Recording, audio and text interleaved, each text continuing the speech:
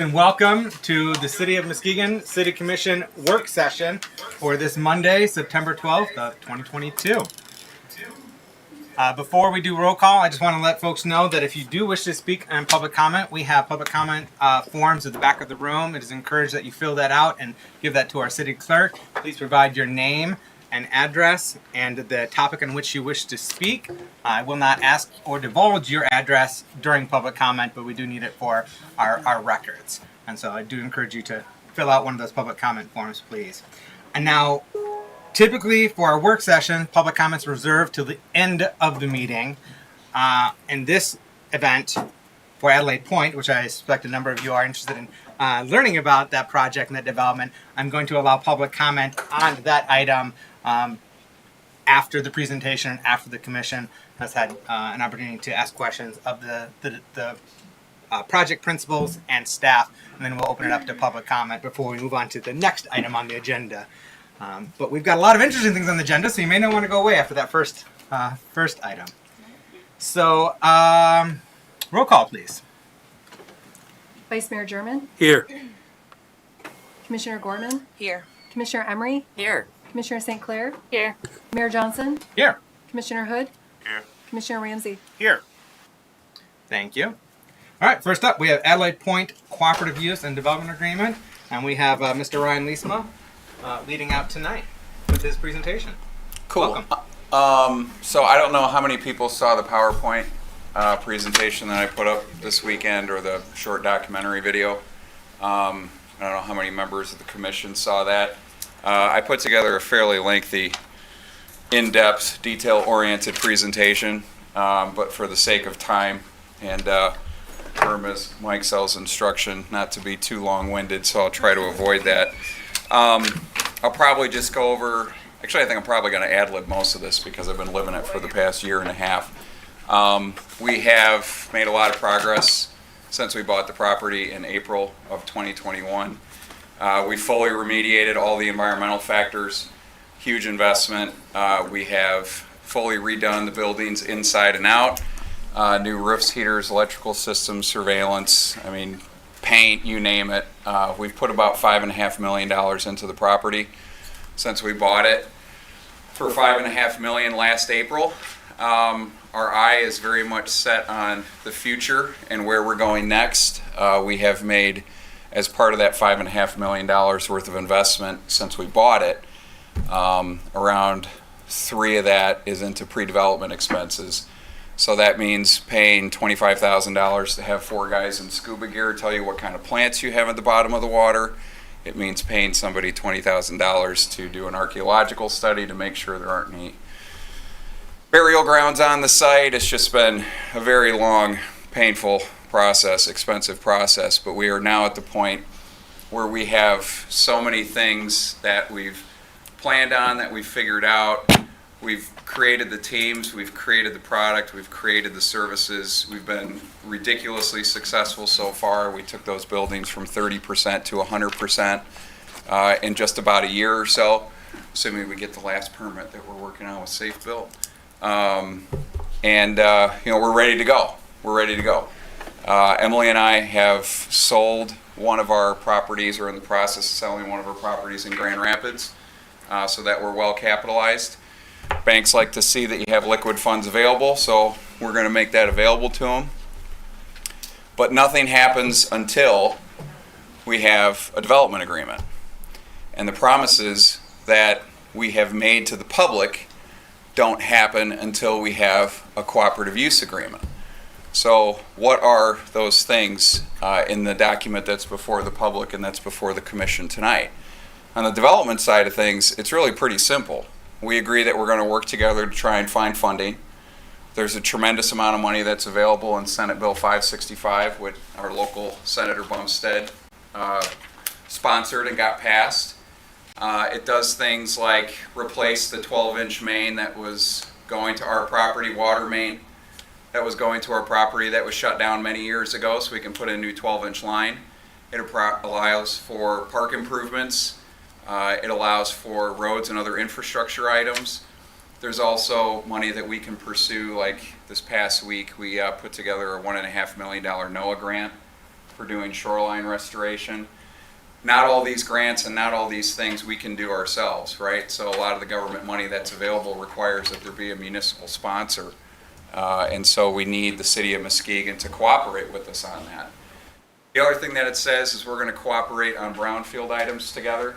Brownfield is, as some of the members, well, everybody here knows, but not every member of the public knows, a brownfield program is what allows you to take net new tax increment revenue that's created. So if a property's worth $100,000 and you pay $10,000 a year in taxes, and it goes to $500,000 of value, and now you're paying $50,000 worth of annual taxes, that increment, that $40,000, can go back into the property to pay for some of the expense required to make it useful again, to make it work. And so that brownfield plan is necessary for some of the things that we need to do in order to convert the site from being an old industrial brownfield, something that is obsolete, that looked terrible, that, you know, if we want to move it into the point where we have a beautiful marina, we've got parks, we have wetlands, we have condos, we need to work together to make sure that we're putting those dollars into the places where they can be most effective. It basically means we're going to go steady, right? It means that we're going to work together to try and bring money in so that we can get things done. The cooperative use agreement, that's probably what most people here are super concerned about. And that basically means that we are going to make it 100% legal where the public can use the property that's at Adelaide Point. We have almost a mile of waterfront, which we're going to be making accessible to the public. It's going to be via a public easement or a legal easement, right? We're also going to be taking all the dirt that's basically on our peninsulas, and we're going to be making that available to the public as well. The long-term vision is that these will be very nicely built out parks. Maybe there's playground equipment, maybe there's some picnic tables or fish cleaning stations. These are things that the community will be drawn into the conversation so that we can make those good decisions. I'm not a fisherman, right? So I don't know anything about fishing, right? But we've had a ton of people come to us and say that fishing is extremely important, and so we want to make sure that that's included in the conversation. The other side of it is that as part of this development, our boat ramp, which we use right now to haul boats in and out of the water, that is sitting in the middle of our property on the water. That business, which we built, is an extremely important part of this development because to this date, Emily and I haven't made a dollar. Every dollar we make goes right back into the project. And we have taken a boat business, which was doing, you know, marginal, and we have turned it into a very successful business. We have customers who have, like Mr. Slaughter here, he is going to be, you know, storing some of his cars, and he's going to be storing some of his things inside of the building. And unless we have the facilities we need in order to allow our customers to get the value of what they're paying for, it's just not going to fly, right? So we got condos in the way, we got a hotel in the way, we got all these different buildings in the way. How do we make sure that our business is going to be okay so that we can keep fueling the development? And the answer is, quite simply, is to take something that's, at this point, completely useless and closed down and ugly and turn it into something that looks nice and is functional, is providing value to people. The municipal East Basin Peninsula, which used to be used for small boats, has been closed for 3 years, I think. It's overgrown. There's a barbed wire fence. There's junk and trash that's thrown in the back. There's invasive species everywhere. If you accidentally fell in, you'd probably have to take 3 showers in order to make sure that you didn't get infected with some sort of biosubstance. It's just no good. Well, our PUD that was approved by the commission says that we are going to take that obsolete, defunct, terrible looking piece of property and actually turn it into something that's useful. So the cooperative use agreement says that we're going to be able to make improvements to the city's property so that we can build our business, we can maintain our business, so that we can develop the property to the west, right? And it also says that the public can use our property. It says that the city can come and maintain Adelaide Point's peninsulas if they so desire. It says that the city can make improvements to it if they so desire.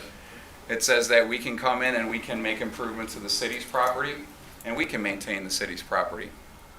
If you go to some of the larger, you know, like Florida developments that are on the water, what you notice is that there is a consistent theme of walkability, all the services that are available, they make sense. It's easy to go from one type of service to a restaurant, to a marina, to a hotel, and everything just kind of flows together, right? So that's what we're trying to do, is to create something that's consistent and makes sense. The cooperative use agreement allows us to build off of what we both do so that we can create something great for the public, and it also gives us the vehicle by which we can go and pursue funding to make it happen.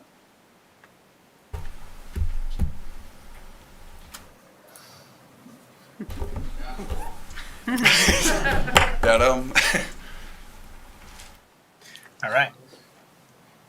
Commissioners, have any questions for Mr. Leesma with regard to Adelaide Point and the cooperative use and development agreement that's being brought forward to us? This is on our agenda tomorrow night for general session for consideration and a formal vote. At the same time, we'll anticipate rescinding the prior development agreement. And for folks that maybe in the audience or at home who are looking in our agenda packet, the first agreement that's under this item is the pre-existing development agreement that we're looking to rescind. So just so there's no confusion that you're thinking that we're adopting or considering that first agreement that's in the packet. That one's going to be rescinded. It's a substitute agreement that are looking at the cooperative use and development agreement. They're looking to consider tomorrow and decide whether or not to formally adopt. So, commissioners, do you have any questions about the old agreement that we're rescinding, or more to the point, more importantly, the cooperative use agreement that is on our agenda for tomorrow evening? Or do you have any questions generally about Adelaide Point development? Vice Mayor German. Yes, thank you, Mayor. Thank you for coming, and I appreciate the insight and information that you just shared. On this cooperative agreement, well, and I just kind of took some notes down.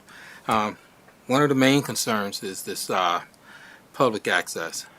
Yeah. And could you just expound on what that's going to consist of? I know you kind of touched on it, but just assure residents, the community, that they will have public access to that development, that area.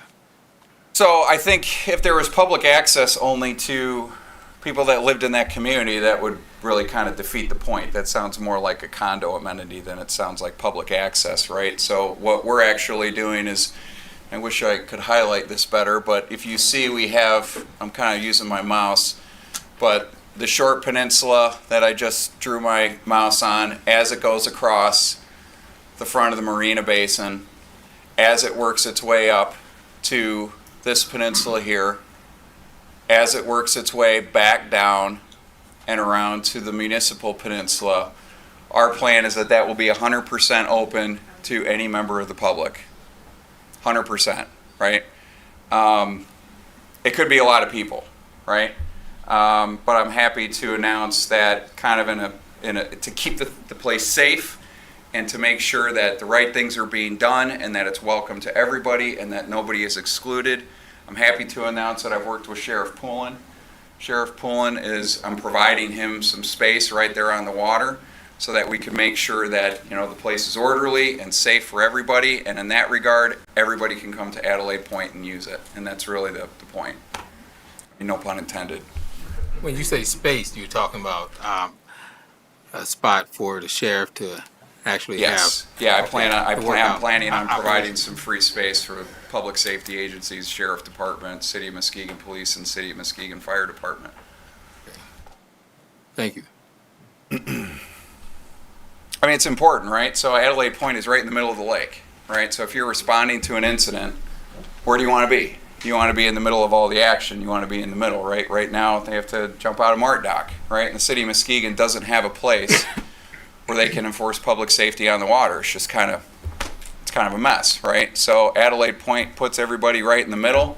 We're hoping to make Adelaide Point a place where everybody's going to want to go. Hopefully we can make it, as busy as the downtown area with people hanging out, having a good time. And so it's important to have, law enforcement, public safety personnel right there in the middle of all the action. Indeed. I think that'd be a welcome location for the Sheriff's Marina Division and officer right there. Commissioner Ramsey. Yeah, thank you, Mr. Mayor, and thank you, Mr. Lietzman and Emily, for being here tonight. I just wanted to highlight a couple things that you said, Ryan. That when this happens, then this will happen, and when this happens, then this will happen. So there is a process to what's going on here. No one's jumping over to Adelaide Point and shutting down access for anyone to anything. These conversations and communication are vital and key, right? So as long as we continue to have them in a civilized manner, I think that there is a lot of opportunity for better understanding of what's going to happen. And Ryan, I want to thank you for showing up again and giving this speech again. I have seen this slideshow 15 times. I could give this speech my damn self. But there are people who have not. So anytime that we can foster the kind of environment where we can have conversations and inspire questions about what's going to happen, it only allows us to educate our neighbors more. And so I really want to charge everyone who's here in the room tonight and everyone who's watching in the magic of TV land to talk to their neighbors about what's going on and to share the information on how to get in touch with us and to how to ask us questions. Because if we don't know the answers, we're going to send you to someone that does, or someone that will pretend they do better than we do, right? And just to get them answered. And Ryan, I want to thank you again for going and really showing with your pointer. And maybe we can map this out for the next time we have to see this slideshow. Where that public access is going to be, because it really is a lot of opportunity there, right? That we are not going to be losing, that it's going to be enhanced, that it's going to be made better for us and our neighbors. I will say that again, made better for us and our neighbors. If you have questions or concerns, don't get on Facebook and holler at somebody about them. Reach out and ask questions, and we will do our best to get you answers. Anyone on this bench and the folks over at the management company. So, thank all of you for being here tonight as well. Share this information, share it appropriately, and encourage people to reach out and have conversations with us about what's going on moving forward. Because as we see this wonderful opportunity begin to develop on our lakeshore, and then just down the road, and another opportunity, we want to make sure that that we're being held accountable, that property management companies are being held accountable, and that our neighbors are being held accountable. Everybody has a role in this. And so we all need to show up and play those parts so that at the end of the day, we're proud of what we do and how we do it. That's a real long way to say thanks, everybody. Well framed, Commissioner Ramsey. Thank you for sharing.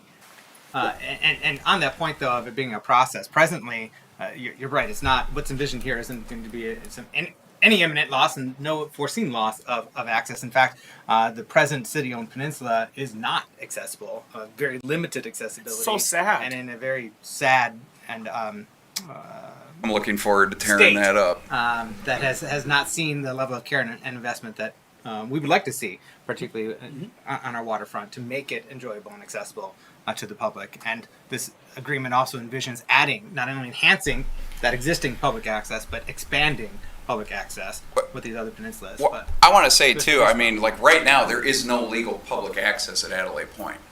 It does not exist, right? So we're team players and we're just kind of like whatever, right? But in order to allow that to continue, there has to be some sort of like legal arrangement for it. Otherwise, it can turn into something that just gets out of control, right? So this really provides the basis for that. And, going back to what you were saying about the conversation, right? So we're working extremely hard to make sure that we're as transparent as we possibly can on this. Like on our Facebook page over this weekend, we put up, PowerPoint presentation of this whole thing, which is too long per Ms. Mike's self for me to present. We also put together like a mini documentary where all of our experts are on there, right? We had people reach out on Facebook, and some people just like to complain, and they started doing it. And I was like, you know what, why don't you come on over? I did a little bit of that this morning, right? We're all about sharing and transparency because this is a big deal for Emily and I living here. We had 17 people show up from the DNR today unannounced. Just they showed up and they were like, hey Ryan, how you doing? Why don't you show us around, right? We encourage people to come by. We like it people when come into our office. I'm not your typical entrepreneur. It's like, oh, it's got to be scheduled and processed and all that other stuff, right? I mean, it's like we do encourage cooperation on this because I think that we can do something super fantastic, and we can show people that having single-family homes on the waterfront is not the best way to use it, and to create a community where everybody can share in it. Now, we like condos because we can stack them real high and put more people in a smaller amount of dirt, right? But we want to efficiently use the property and include everybody. So we actively encourage participation. There's a lot of friends here, and I thank all of you for that.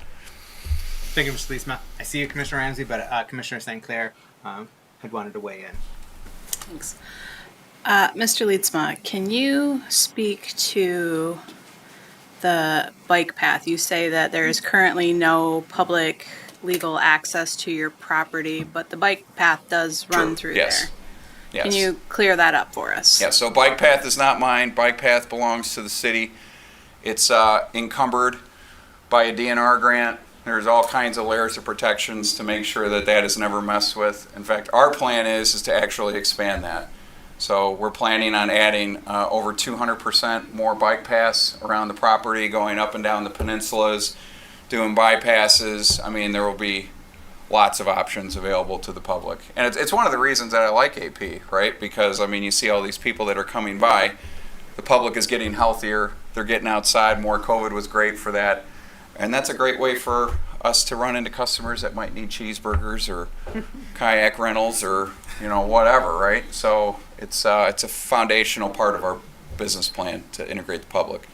Speaking of the expanded bike path network on your property, which I certainly welcome, does that also envision any certain areas the width of the path? I know you mentioned earlier that it's going to have heavy use, and one of Yeah. the concerns I heard from folks on a walkabout in the area this past week was that heavy use, and whether or not the existing width could accommodate that heavy use, and then also the interplay of the folks at your condos and your apartments and your restaurants crossing that path to get to the marina, and how that could cause some level of conflict with users passing through. How might you mitigate that or manage that? So I don't think it's the width. I think it's how it's used, right? So I think the issue is right now we've got all different kinds of people using all different modes of transport and that aren't really compatible with one another, right? So like this morning when I was on my walk with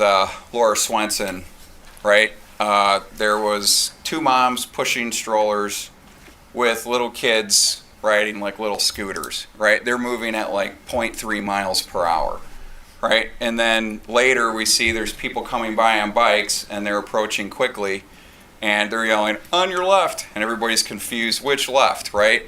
So that potentially is dangerous. And then you also see people are kind of moving intermediate. Yes, there are still people that rollerblade out there, so actually you will see those people as well. So the key is not increasing the density of incompatible uses on a trail that's the exact same size. What we want to do is we want to start segmenting, right? So we want to, and this is what will be at AP, and this is kind of how it's designed.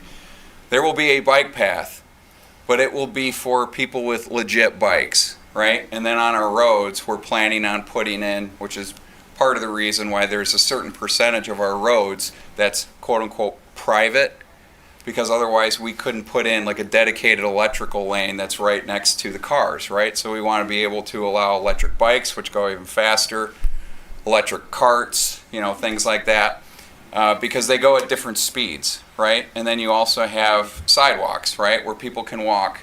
So there'll be a combination of all these different, means. We don't want to put in a bike path that's, this is how wide it is now, but we don't want to put in a bike path that's 10 feet wide. It'll be like, Frogger, where everybody's getting nailed because people are going at different speeds.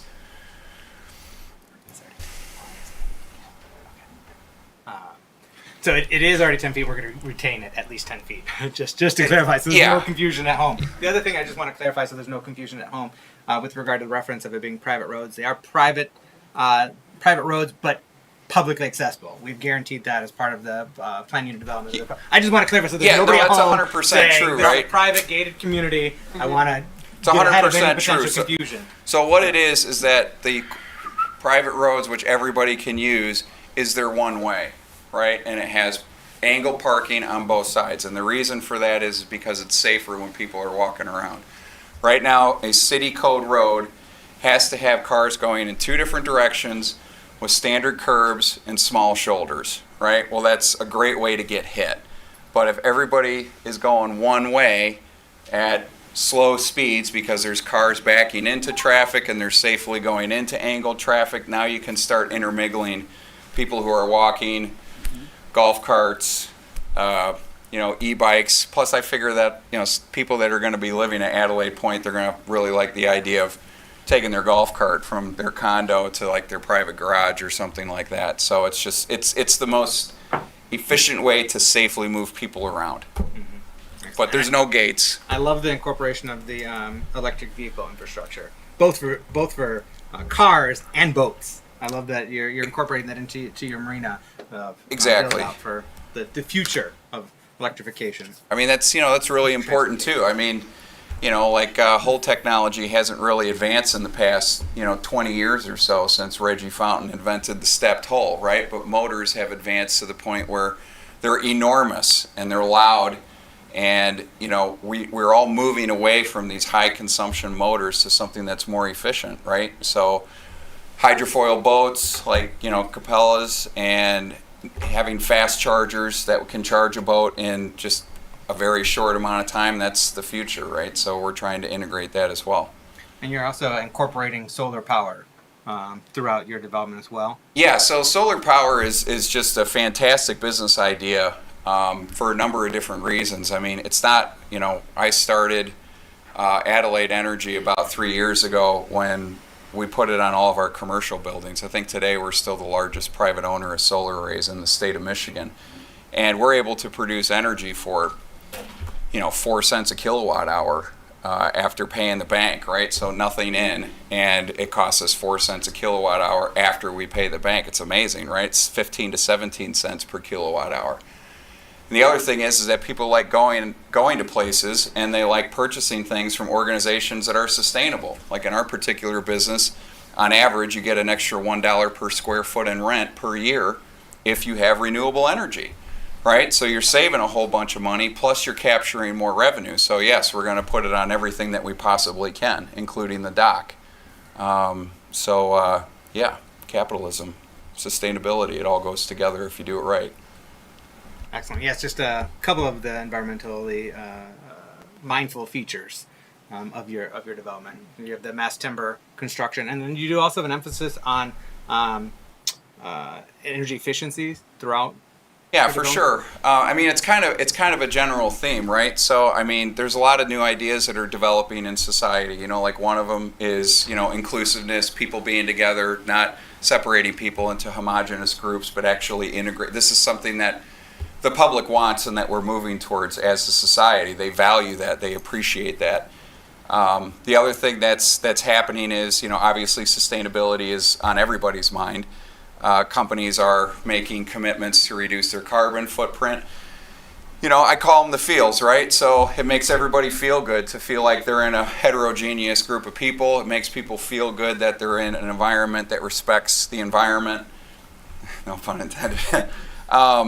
It makes them feel good. And actually what that does is it actually increases profitability, right? Because it's a premium that people are willing to pay in order to have what they want. It's just the same old thing as, supply and demand, right? So when you're creating a premium differentiated product, people will reward that. I call it environmental capitalism, and it's the future. The green making the green.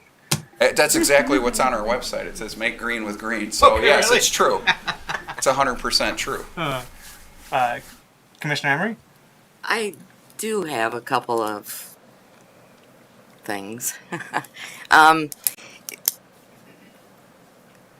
Is this going to affect the parking lot that is just southeast of the peninsula? There's a city parking lot and ramp. Is it going to affect that? Kind of Just to wondered. clarify, are you referring to the parking lot east of the Hartshorn Launch, or the parking lot just west of the Hartshorn Launch, which is adjoining the peninsula? I just want to clarify because the one lot is part of this, the other lot is not. Okay. You can see it in the photo. Yeah. So we can see on the screen right here Okay. which portion is part of the PUD and is part of the cooperative use agreement. There you go. Which is the parking lot just west and inclusive of the launch. So I can't comment on how the PUD for Hartshorn Village came about. I wasn't there. But Mr. Smith, in talking to my wife, we were talking about sharing the road, and all of a sudden he just goes out of the blue. He's like, why don't you just buy me out? And of course, was liking opportunity, we started the conversation. It didn't take very long where we agreed to that. How that plays out is yet to be seen. I mean, the ink is still wet on the paper. But I can tell you that that layout in that PUD never really made any sense to me. As I'm walking around there, like, I actually talk to the fishermen that are there on a fairly frequent basis.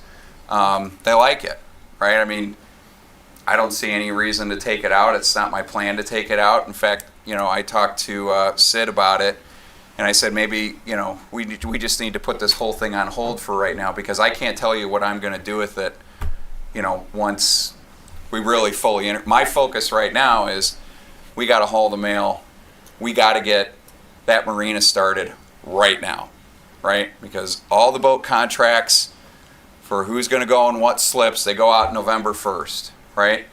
And if we don't start doing that right now, my customers are not going to have the confidence that we're going to have that marina ready to go for them, or we're going to miss the boat, right? So Hartshorn, priority number 9 right now in terms of making changes to it. Our first priority right now is getting this done, and then putting together the details down the road over the next few weeks as to how we're going to work together, right? That's like not just we're going steady. That's like we're going to decide where we're going to go on our first date for dinner, right? We got to get that going. But I don't have any intentions of taking it out. I don't think it's a good idea to take it out. I think that it's used. This morning when I met Laura Swenson, there was somebody there at 9 o'clock in the morning sitting in a fold-up chair. Why take that away from that person? I don't see the point. Raising the bike path is important. I guess that's the only thing that's not good about delaying it. People right now are riding their bikes or walking or pushing strollers while their 2-year-old is riding on a scooter on the road instead of going through a bike path because there's this much water. I mean, that's a problem. That has to be dealt with. I don't think that it's appropriate to make any major changes to infrastructure or site layout at this point. There's just not enough time to contemplate the pros and cons, nor enough time to get the public's input. So I'll give you a follow-up, Commissioner Emery, but before I do, I just want to give some clarity, because this has been a point of concern from folks that we've been hearing from.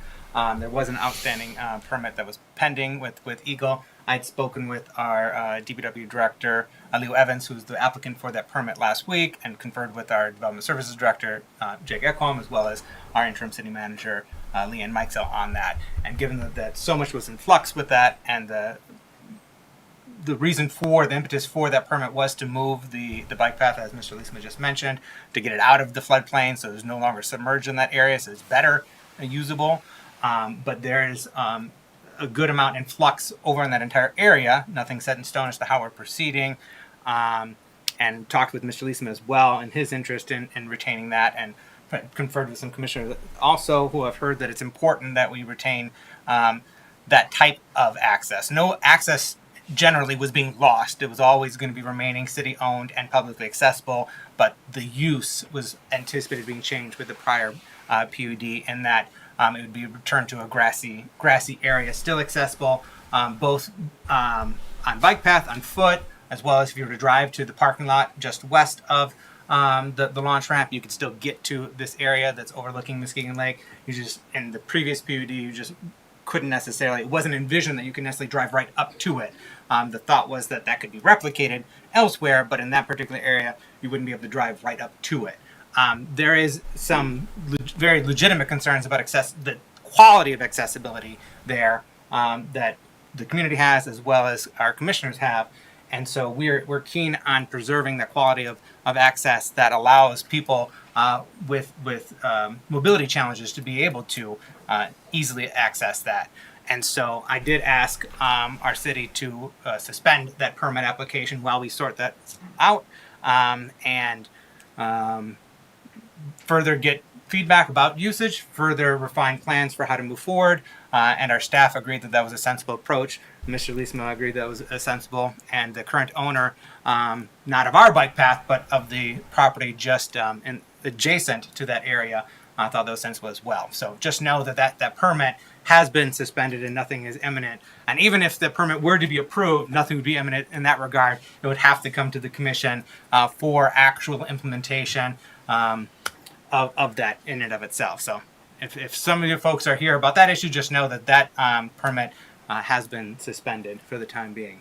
So, do you have something to add before I go back to Commissioner Emery, Mr. Leesma? Well, I was just going to say, I mean, I think that there's actually a very, very low cost, fast opportunity to expand that type of access, because if you're looking in front of the boat ramp and you move a little bit to the left, there's actually a seawall there that has a hard edge, and it would be child's play to basically scrape it out a little bit and pour concrete, right? So, I mean, frankly, it's a project that could be completed in a couple of weeks, absent permitting. So I do think that that's important. And one of the things we're trying to do at Adelaide Point is make sure that no matter what your age, no matter what your ability is, no matter what your income is, that you have the ability to access the waterfront. Everything we're doing is ADA compliant, right? It's an old school way of doing things to say that this is only here for us. And so I respect that need of somebody having to roll up in a wheelchair, right? Or maybe they have emphysema and they can only walk 15 steps before they get, tired or whatever. So I think it's important to keep that, and I think it's really simple to add it. With all the deferred maintenance that hasn't occurred on the municipal peninsula, these are low-hanging fruit that we hope to accomplish very quickly. Absolutely. We want our waterfront to be welcoming and accessible for folks of all walks of life and all abilities. Commissioner Emery, you have a follow-up? No, you did it very well. Said it very well. So thank you. I think that covered the majority of the concerns that we've all heard about from our constituents. So thank you. Okay. And just to be clear as well, because there are other word going around that we were anticipating shutting down Hartshorn Launch Ramp, and no plan and no PUD and no agreement and no concept where we considered eliminating or removing the Hartshorn Launch Ramp itself, just to be clear. I just want to make one comment about that too, right? I mean, there's only a few voices out there that are just doing the keyboard warrior thing, and they're just like bombing things out and they're acting all enraged and things like that. I actually have tried to reach out to some of those individuals to give them the details. I've offered to spend my time with them. I've offered to walk them through the property, right? And I would just encourage that anybody that actually does have legitimate questions to actually get out from behind your keyboard and actually come out and look at what we're trying to do, because it is very positive and we are trying to include everybody. And that's the message that I have to them. We're not hiding anything. Thank you, Mr. Leesma. I see you, Commissioner Ramsey, but I'm going to go to Commissioner Hood because he hasn't spoken yet. Yes, my concern is, again, with public access. And so there is no way that public access will be decreased, and it should be increased. Yeah, so like I said, right now, Adelaide Point is private property. We're going to be adding about 5 acres worth of dirt, flat dirt, hang out on dirt, and we're adding close to a mile of waterfront. Nothing like this has ever been done, period. In fact, it's so novel, like I was saying, the American Society of Civil Engineers in their Manual 50, which defines how you build out waterfront communities, harbor protection, harbor navigation, they are actually changing their specification. Their new draft of Manual 50 is going to include the things that we are doing at Adelaide Point in integrating public access and improving environmental factors. Same thing with Marina World, like I was saying before, right? I mean, public access and the environment is the centerpiece of what Adelaide Point is about, right? All the other items tack on to that. It's the most important thing. Any follow-up, Commissioner Hood? Yeah. So, on the drawing, even in the, I guess it's called the marina part, right, come down, right in there, along that edge, across there. Yeah. You said that was public access, Yes. and people could come up and fish along that area. Well, no, also. so there's balance that we require, right? So one of the problems with fishing where there's lots of boats, and I don't know how many boaters do we have here? I think we have, okay, 5 is what it looks like. I think we have more, right? But one of the issues is that when you're running a boat, right, there's something called an impeller, and what it does is it sucks in water and it runs it through the engine to keep it cool, right? If there's any sort of failure to that impeller, right, you can basically kill your cooling system, and basically your nice weekend that you had is completely ruined. You have to pull the boat out, you have to tear the drive apart. I mean, it's, you know, it's a huge pain, right? So anytime that you, in this sort of thing, that you don't have a balance, you're asking for problems, right? So while we encourage fishing, right, you can't throw your fishing line directly behind a spinning prop, right? That will cause damage to somebody else's property. Now we're creating this new fishing pier, right? And members of the public, for the first time ever, will be able to fish in a deep water channel and catch sturgeon and steelhead and other big fish, which is a massive improvement from what people do now. Like they fish off of the concrete parking lot like you're talking about, right? And they're catching gobies, which are effectively guppies. And they're living. Some people are actually living on these fish, which I think for most of the people here, that idea is ludicrous. But this is how people are feeding themselves, and they're feeding their families, right? So what happens when you provide this fishing pier where somebody is able to throw in their line and they catch a 15-pound fish versus a 3-ounce guppy? It's a huge deal, right? Does it mean that you can fish everywhere? Well, no, because we don't want to hurt other people's enjoyment. We don't want to hurt other people's livelihoods, right? So it's just a matter of making sure we integrate it properly. And I'm just, so that everybody knows it, right? So these 4 docks that are in here, right, those are for seasonal slip holders. We are not going to allow the public to just walk up and down those docks at any time of day or night. It's a security risk for people that are staying on their boats. It's a property risk. It's a fire risk, right? But we are going to make sure that there are plenty of places for people to go so that any sort of activities that they can engage in that are safe, that don't affect other people, they can do so willingly.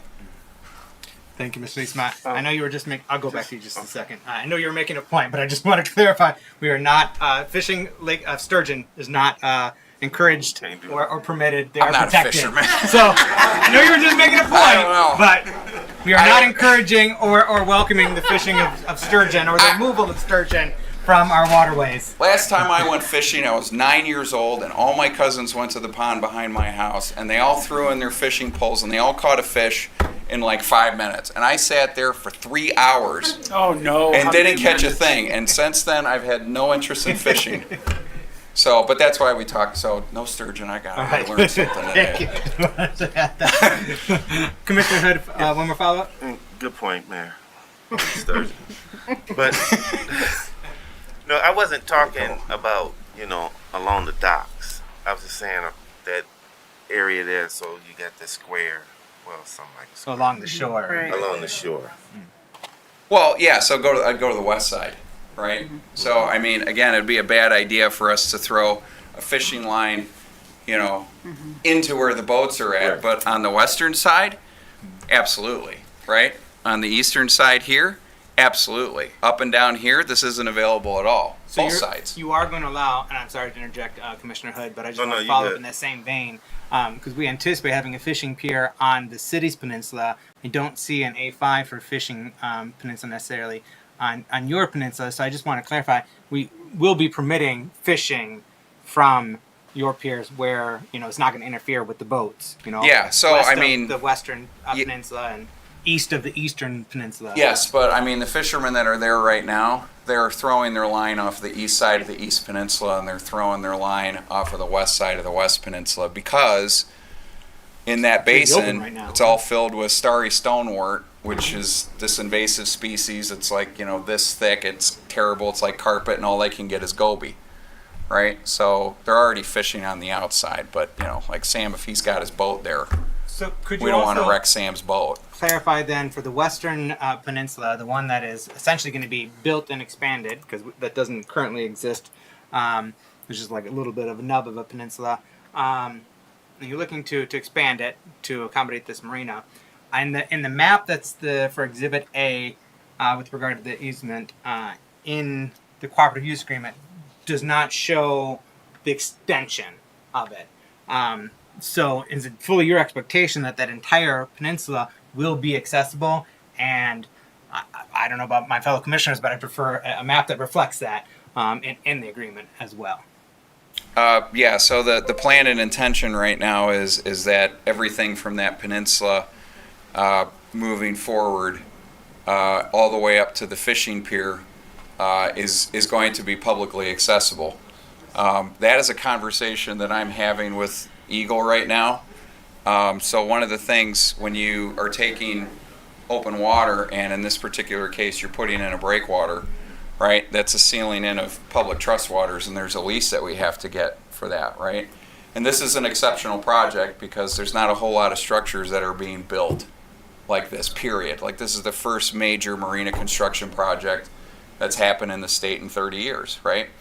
So kind of going back to that, environmental capitalism idea, the thing that I have told Eagle is that we are upgrading our rock wall so that it is publicly accessible, and the idea is that we're actually improving public trust access for whatever public trust we're actually leasing from the people of the state of Michigan. So that is not something that would necessarily be with the city, but that would be something that I would have with Eagle as part of that permitting process. But I fully anticipate that that's what's going to happen. Those are the conversations I've had with Assistant Director Sanders. So to you and perhaps your consultants or to our staff, if we're able to do quick work, if we're planning on voting on this tomorrow, if we can do some quick work to get the map that's under Exhibit A to reflect essentially the map that's in the PUD that shows the legend. It shows the legend of a private ownership, public right-of-way, public easement, and public park. Our peninsula is reflected as public park. His peninsulas are reflected as public easement. And so just bring it more into alignment with that, with the extension of the... So, I mean, I really can't provide a contractual easement of access on something that doesn't exist, right? I mean a map to reflect that versus the map that's in there now. Respectfully, we don't have anything there, right? So I think part of the problem... Well, I'm saying, right here. This, yeah, bringing but this map I to get there. that. Like, it's not there right now, It's in our right? So PUD. we can mark that peninsula will be part of the easement, right? But as part of the reason that the first development agreement didn't go anywhere is because it was too big to pass. It had so many things contemplated inside of it that were conditional upon so many other external parties. Like, it wouldn't work, right? And that's what happened, is we kept stuttering our way through it. So the reason why I'm, just so you know, the reason why I'm emphasizing this is because this agreement refers back to the PUD and what's in the PUD, and then that exhibit with the map is not congruous with what's reflected in the PUD. So I would just like to have congruity there. And synchronicity is a word that you use in this agreement, and that's what I'm looking for, so that aligns. It's not already indicated with the color and the peninsulas? It's not well aligned. No. Oh, okay. Thank you, Ms. Leesma. Yeah. Well, my that wife would is that would always be right. very much welcome. So, Commissioner Ramsey, Yeah. I know you were wanting to chime in. Thank you for your patience. Actually, I am so patient. This is perfect, actually. It's about streamlining communication. So I had questions for all of the things that have already been discussed. You know, some parking, some fishing, the path width. If you needed the mayor and I to come out and measure it for you, because we did that here one time. We're good at that. But I think that streamlining communication, which is what the mayor was just speaking to, and how we can make it painfully obvious to anyone who asks questions that this is where we're going to be able to fish. And this is what we own, this is what you own, this is what we own together. This is the, if there's different colors or whatever it is, Emily, that makes it just clean, neat, and tidy so that people can look at it and it is an informational picture. It just makes the conversation easier, right, babe? And so anytime that we can streamline communication, I am about that. And thank you again for sharing all of this tonight. And great job. Fishing. Not sturgeon? I didn't know we had sturgeon. I also, obviously, am a fisherman. I didn't know we had sturgeon. You're not allowed to dredge in April or May because of it. That's all I really know. Huh. All right. Save the whales. They're prehistoric, Michael. You gotta save the sturgeon. Isn't that where Seriously. don't we take their eggs for some caviar? It's caviar, yeah. That's why we don't have sturgeon. So, Commissioner Gorman, Did you have any questions or comments right now? I'm going to open this up to public comment in a moment. My questions and concerns have been addressed. Thank you again, Ryan and Emily, though, especially over the weekend putting that presentation together. We've heard from constituents, and I always appreciate that dialogue. I personally, and I believe some of my other commissioners, do our best to keep up with the chatter online. And I saw some very transparent dialogue between you, Ryan, and some that were expressing some concerns about the project. So I appreciate you making the information available over the weekend, and I hope others take advantage of those opportunities to learn more and to reach out to you directly. So thank you. Thank you, Commissioner Gorman. I think everyone has spoken. Does anyone have follow-up right now? And you're always welcome to after public comment also, but if you want. Okay, just one question. Thank you, Vice Mayor Mayor. German. And Mr. Leesman, thank you again for clarifying that. And I really appreciate the clarification on accessibility and for access for people with disabilities. Now, you did mention on the slips on where the boats are docked at, that is cut off from the public. Yeah, so for security reasons, those have to be secured. It's no different than Hartshorn Municipal Marina. There is access control there. I mean, some of the customers that we hope to bring in here will have vessels that are worth multiple millions of dollars. For some people, that will be the culmination of their life savings. And so it is important that we protect that. So yes, there will be key fob access system that we use in the rest of our buildings. Like all of our buildings now have key fobs. You know, you get this fancy little card that I can't find right off the bat. You tap the sensor, it opens the door. We'll have that same integration with all of our buildings and all of our passageways. Yeah, my question would be, I guess, to interim manager Mike. So, in the past, those boat slips and docks, have they always been open to the public? Well, the ones that you're seeing on the screen right now were always privately owned.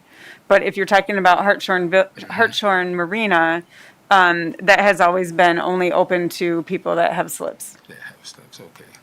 And that water is basically public access, though, right?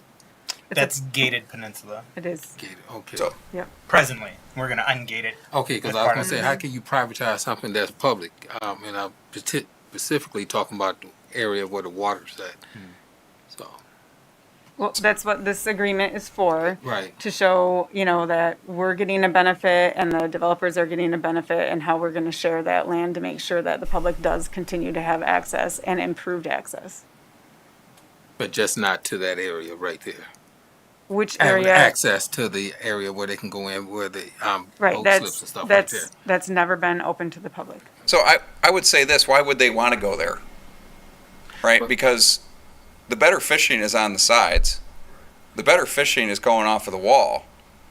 If you're trying to jam yourself in there, there's probably only one reason that you're going in there, right? It's you're either scoping a boat or you're just trying to see what's available, and it's not safe, right? So I mean, safety, like I said, some people are going to be sleeping on these boats, right? Sam gets in trouble with his wife, he's going to be there every night, right? It's a joke. It's important, right? So I mean, we have to do traffic control. It's the same reason why I've invited Sheriff Poulin, municipal police department, and fire department to have free office space and free slippage at AP, right? Letting anybody do anything they want is a bad idea, both ways, right? And so this is a way where we're finding balance between the interests of the public and the interests of private property owners. And I hear your concern, and I was looking at more as, well, citizens or visitors may want to walk down and just look at the different boats. Great, perfect. So Yeah. along the inside of the rock wall, this transient dock, I am fully intending on that being public.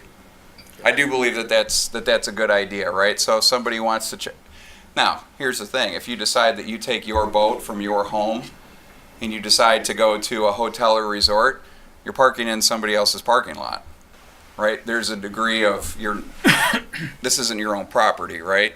If you're renting a seasonal slip, that's yours, period. But if you're coming in as a transient and a visitor, there's already this expectation of interminglement with the public. So for members of the public that would like to see the other boats, yeah, sure, great. We've got 1,200 linear feet a transient dock. There is more transient dock in this PUD than every other lake combined 100 miles each way. There just is not transient dock. That's why the U.S. Department of Fish and Wildlife gave us $1.5 million, right? So yes, there is this expectation that people from all over the place, as members of the general public, are going to come and they're going to tie up to it. Now the transient dock is overnight, right? So the new power pedestals that we're going to be using, they have lights in them that will go red if you can't tie up there, and green if you make a reservation, because that's where you're assigned to tie up, right? That's overnight. And at night, there will be some degree of monitoring of who's going in and down, right? But during the day, it's open. There's plans for there to be a shopper dock, which is a day dock, which is kind of the opposite, right? Where it's designed that you can just show up for a few hours, so you can stop by the Muskegon Lake Tavern and buy a cheeseburger, or whatever, or go for a quick walk, right? That shopper dock will probably be placed either in the east basin, or it will be placed a little bit to the east of the public ramp. Again, we're not really sure, right? So there is a mixture of items there, and the public would be able to walk down the transient dock and the shopper dock at will. So just for additional context, looking back at the PUD that had been approved, the staff report with regard to that had indicated that 30 slips at the former small boat basin would be removed, but 70 transit slips would be available at the new marina. Correct.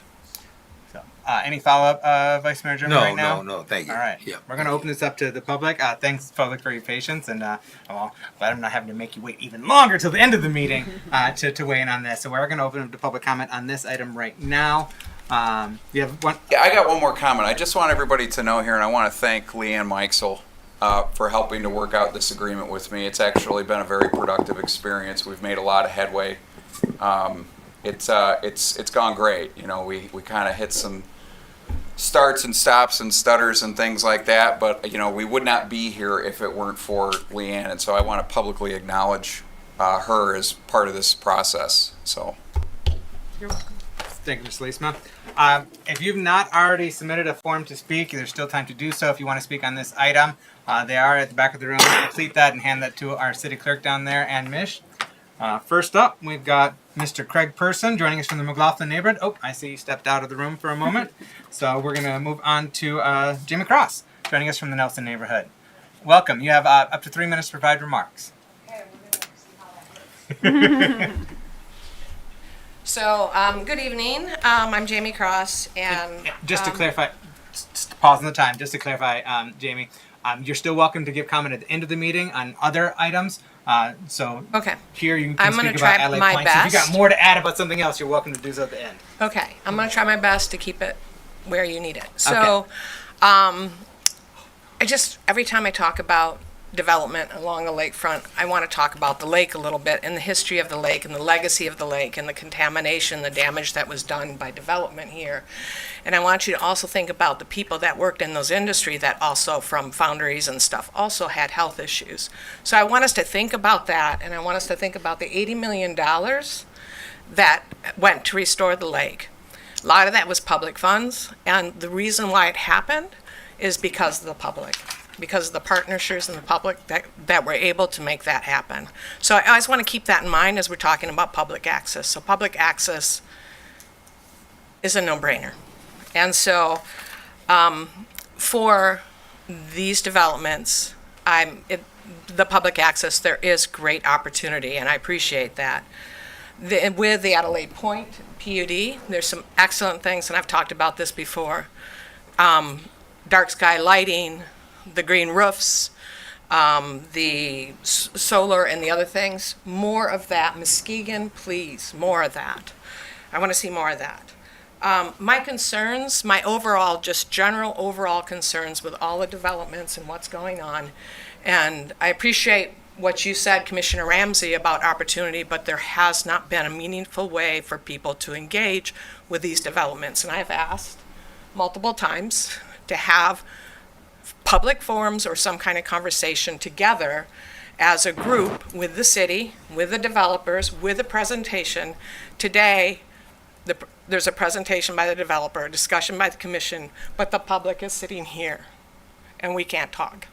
And so we have 3 minutes to comment. We can't ask questions. So it's not a good process for the people in this community to understand. So you're going to get people that are upset.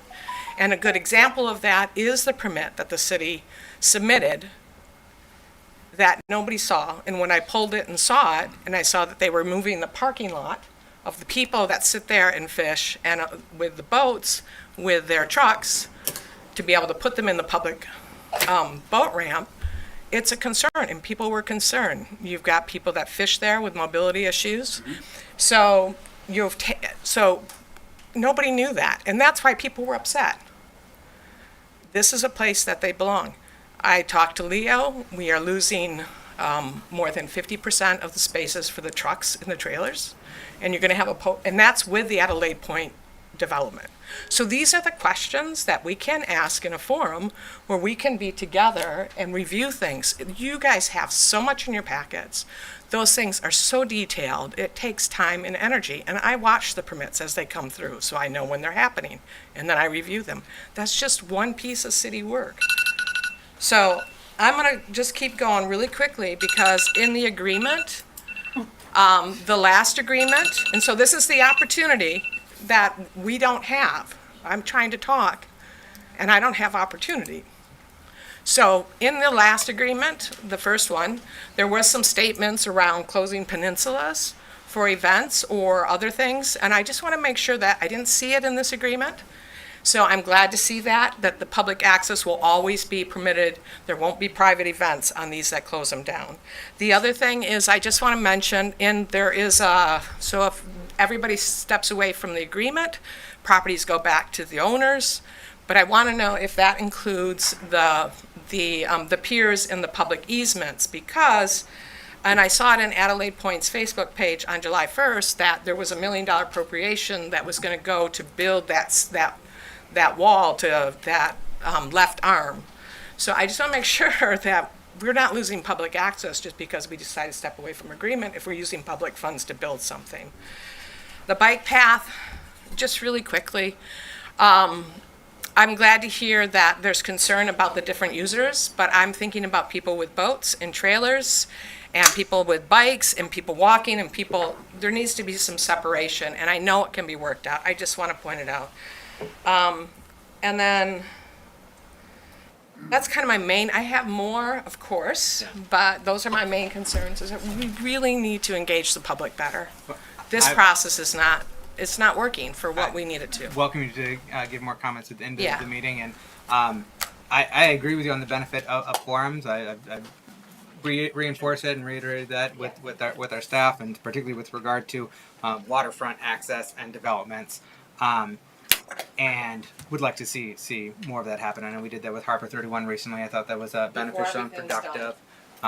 Yeah, absolutely. And also, I would say that in our meeting last week, you raised good questions, concerns that I carried forward with our staff and with the developer, and still here tonight. So I appreciate very much your engagement. I appreciate all of you.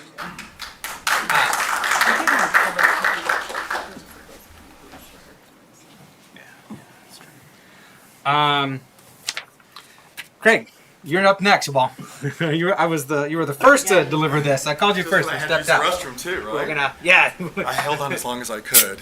So you have 3 minutes to give remarks. Thank you for joining us from the McLaughlin neighborhood. Well, hello everybody, commission and those at home. My name is Craig Person, and I'm originally from Silicon Valley. I come from a place that is really a mixing pot of different cultures and people. I don't see the full representation of all of those people in this room today. I don't see a lot of people of color in this room today. One of the things that Ryan Leesma did, which is phenomenal, is he asked me, I'm not an employee of Adelaide Point, but he asked for my help to help produce a video. And in that video, he did an outreach to everyone. I said to myself, what developers are doing that? Regardless of race, color, whoever you are, you're welcome at Adelaide Point. I know a lot of people at home say, we haven't heard that before. I think it's significant, and it means something to me as a person of color in this community to see somebody step up and say that. The other thing I'd like to say is it's not about just how big or how much more space. is coming into Adelaide Point. What it is about quality. One of the things that quality of access. What kind of access are we getting?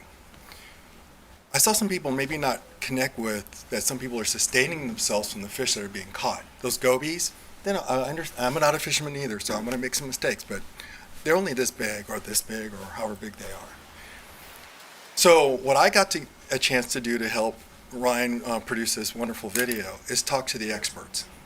And one of the things that I personally learned is that when you change and upgrade the habitat, that wall, that retaining wall that's going in, that break wall that you can go out and where the fishing pier is, they're putting a special kind of rocks. I don't believe it's required by the regulations. And that's an increased environment that brings in the big fish. You'll be able to get that line and cast it out deeper, and you can get to those deep places in the lake. You can't reach from the edge of the lake.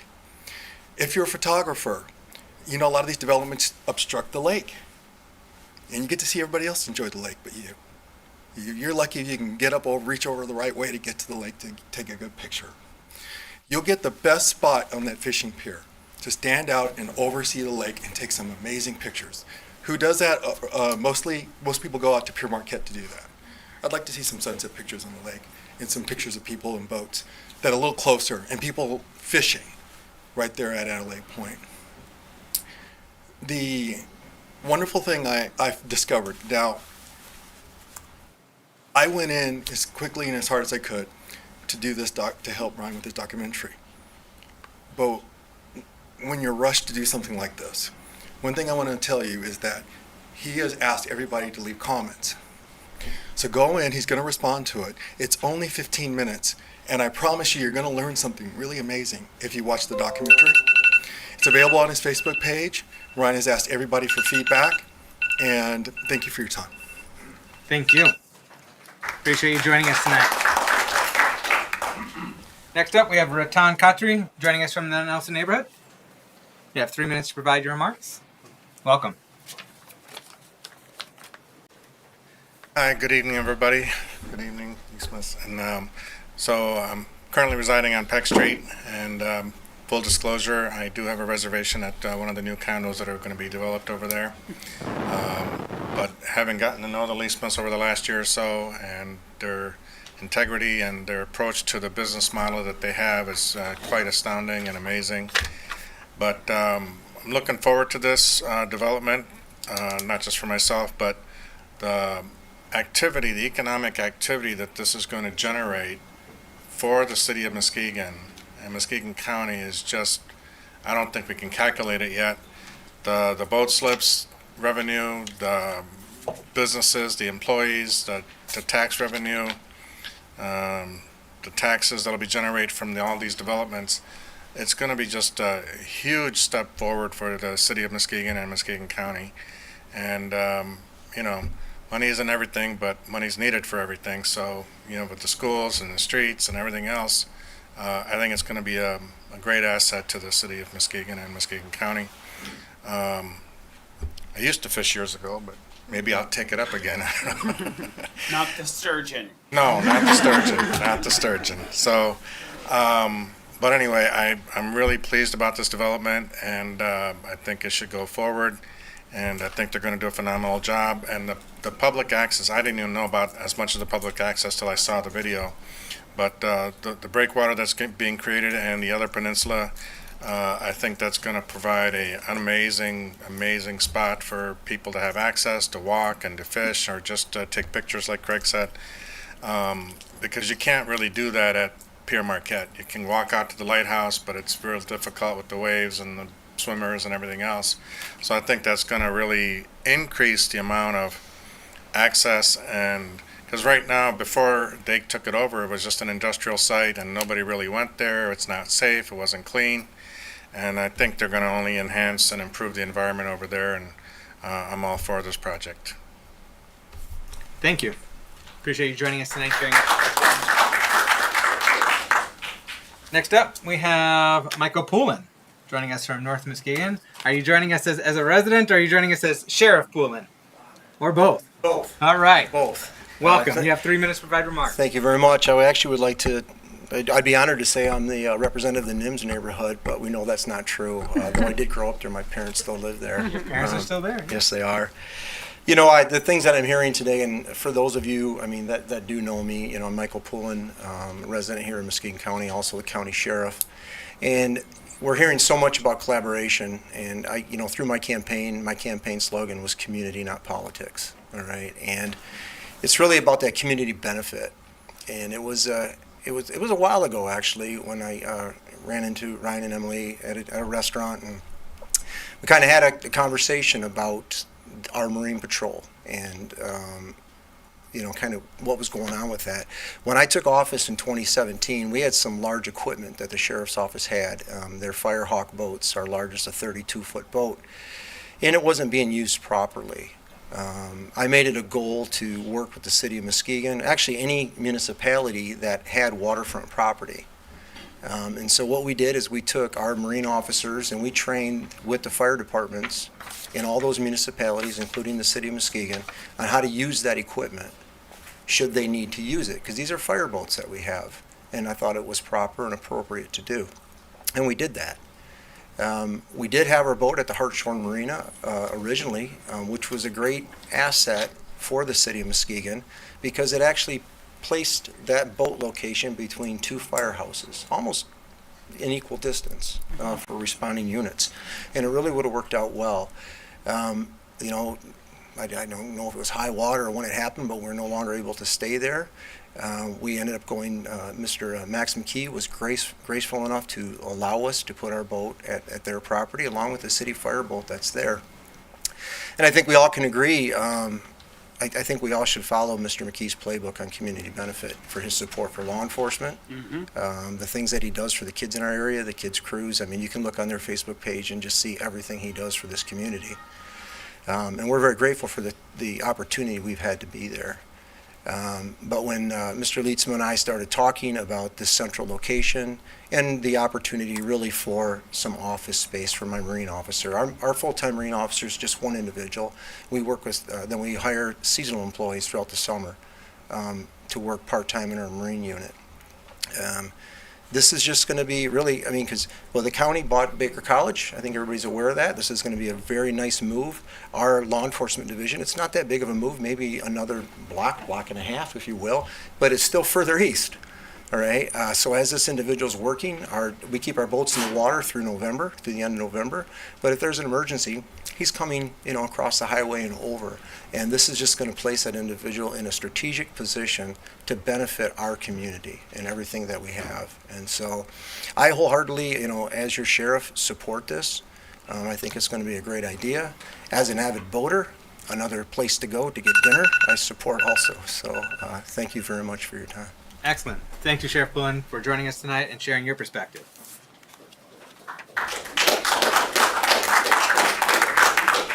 Next up, we have Sam Slaughter joining us from the Beechwood Bluffton neighborhood. Welcome. You have 3 minutes to provide your remarks. So I think you know by now, because of all the jabs I got from this guy, that I will fully disclose that I am a tenant in the boat condos and have a reservation for one of the residential condos as well. But my comments really are to complement the commission, the city management. My wife grew up in Glenside. I first started dating her 40 years ago and never heard of Muskegon. I lived in Detroit, came here, and the public access that Lake Michigan has is phenomenal. But I couldn't believe that there was no public access. There was hardly anything but industry this whole side of the lake. I was watching Muskegon go before it became a slogan. And so I think you all have done a great job. The community's done a great job of opening our crown jewel, this beautiful lake that we have, for boating, fishing, and just even being able to see it. That's a big improvement from my perspective. So I definitely support this. I love the collaboration. I think it makes a lot of sense. in getting to know Ryan and Emily.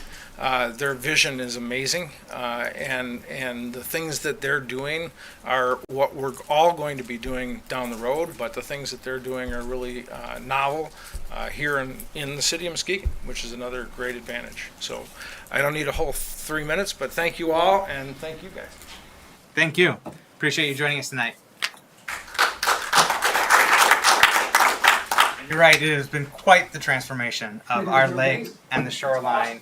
It had been industrialized and hardened and polluted, and over the recent decades, and scores of millions of dollars, as we heard previously, and tremendous collaboration at the local, state, and the federal level to make that happen. That's part of the reason why folks are so protective and passionate about our lakefront. But it's been wonderful progress. So thank you again for your input. All right, we have Doug Brown joining us from Laketon Township. Reserving your remarks right now to Adelaide Point. I see you're going to want to speak about something else later, but right now, Adelaide Point. I could, but I guess it kind of dovetailed. My name is Doug Brown, live in Laketon Township. I have a business here in Muskegon, so I'm vested in what's going on. I am the current commissioner for Muskegon County, and with the new redistricting would encompass 6, which would be downtown. Some people get me mixed up with Bob Skolnick, but I am on the north side. So anyways, with that being said, this is exciting. I had an opportunity to meet Jamie last week. I took a walk. Basically, I was just trying to campaign, and I learned more about, and Ken, you did a great job. I'm just not saying that, but you did, and Leo Evans did too, and I learned a lot. Part of the job, and I see this in this city commission also, is to learn and understand and listen to our community. So Jamie gave me some input, and Ken, you did a great job in talking and answering some of the questions. So I really appreciate that, and I applaud that.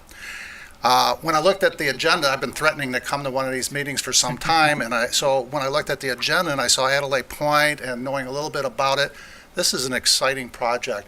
As I mentioned, as a commissioner, I'm also on the community development and strategic planning and trying to work more with the city and what the county can do. And then I heard about Sheriff Pullen, and I think the sheriff can attest that I have been very supportive of our law enforcement, and this is just another added feature and benefit that we can do for the county and to the city of Muskegon. So I want to thank you for your consideration.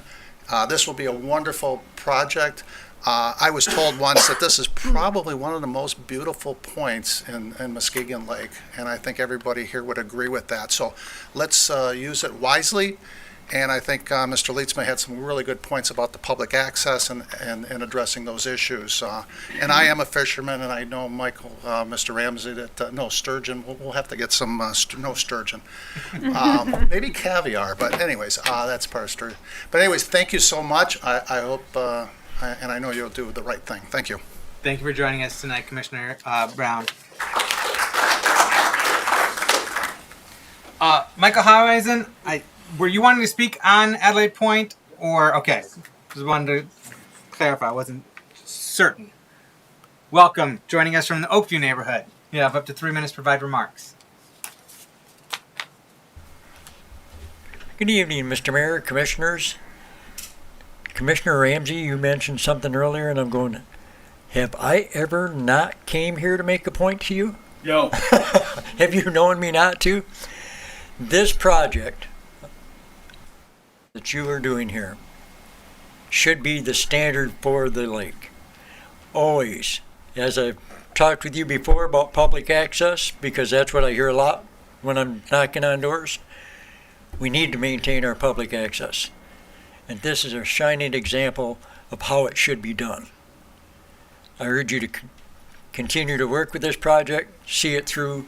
Let's get this stuff done. Thank you. Appreciate you joining us. Next up, we have Darlene DeHudy. Well, are you wanting to speak on Adelaide Point? You wrote Hartshorn. I just wanted to clarify. Do you want to speak at the end? Or, okay.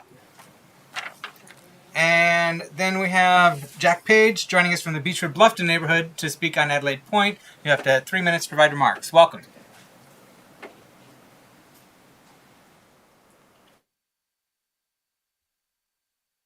Well, thank you, Commissioners, and thank you, Mr. Leistra. A lot of my questions were actually answered in your presentation.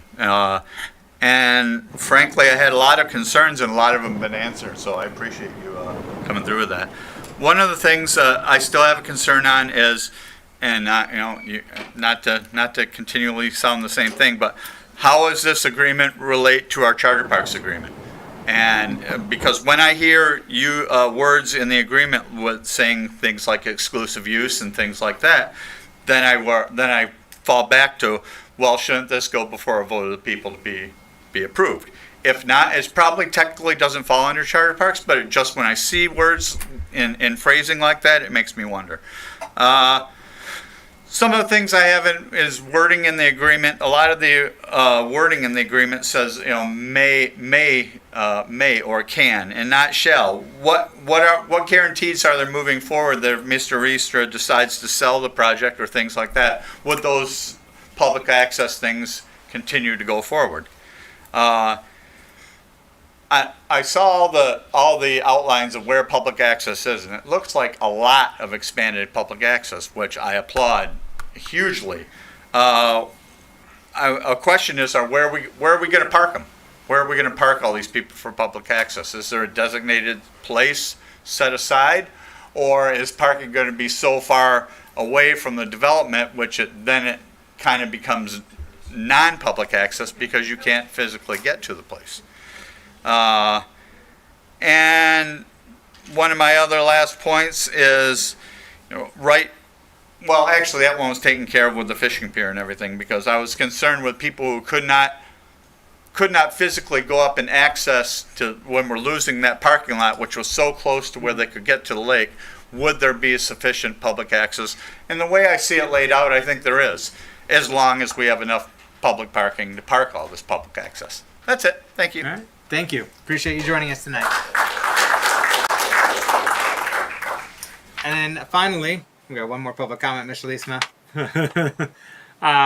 Unless anyone else wants to submit a form, but otherwise we're on the final one with regard to Adelaide Point. So we've got Jen Snaki joining us from the NIMS neighborhood. Welcome. You have 3 minutes to provide remarks. And Adelaide Point is in the NIMS neighborhood, just for anyone that's unclear of our neighborhoods, where it's situated, it is in the NIMS neighborhood. And that's actually why I'm up here.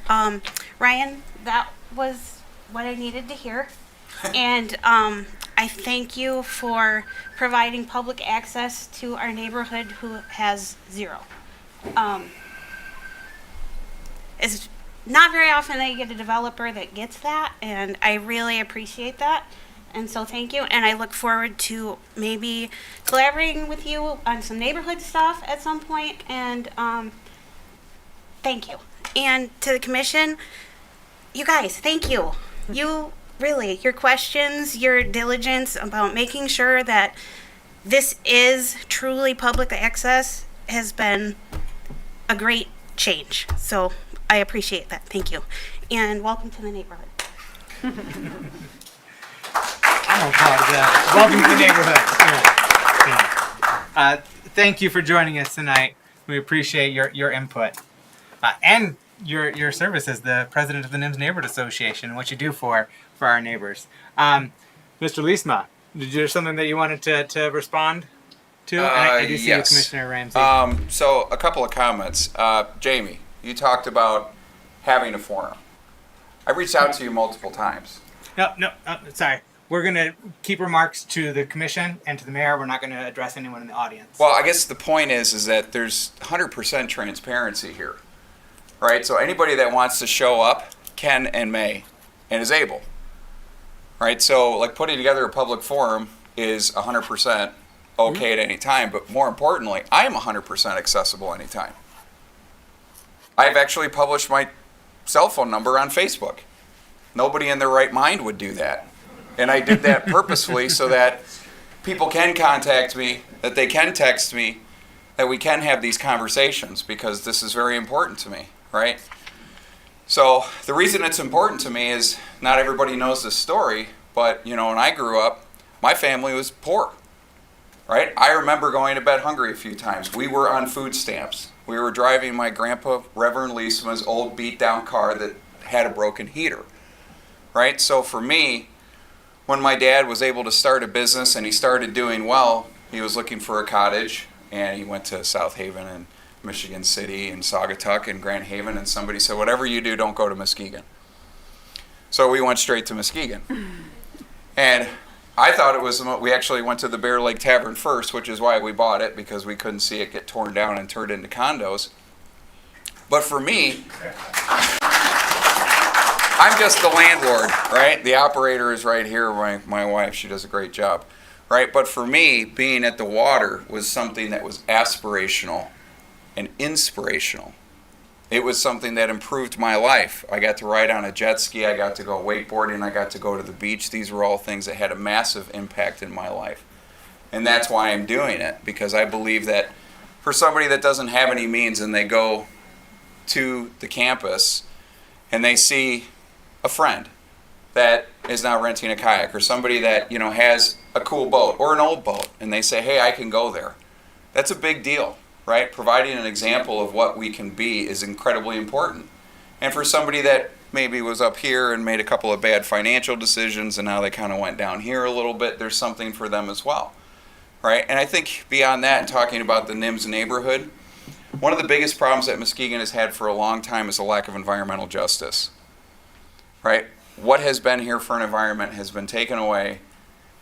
People have not been allowed to participate in it. It's been blocked off, and it's really, frankly, been a terrible travesty, right? Well, why are we doing this last? Why is Muskegon doing this last? And I think the reason is because we can do it better than everybody else. What we found out doesn't work is having single-family lots going around a lake, and this is mine, and stay off, and if you get here, I'll call the cops, right? That doesn't really work, right? Now, there has to be a balance.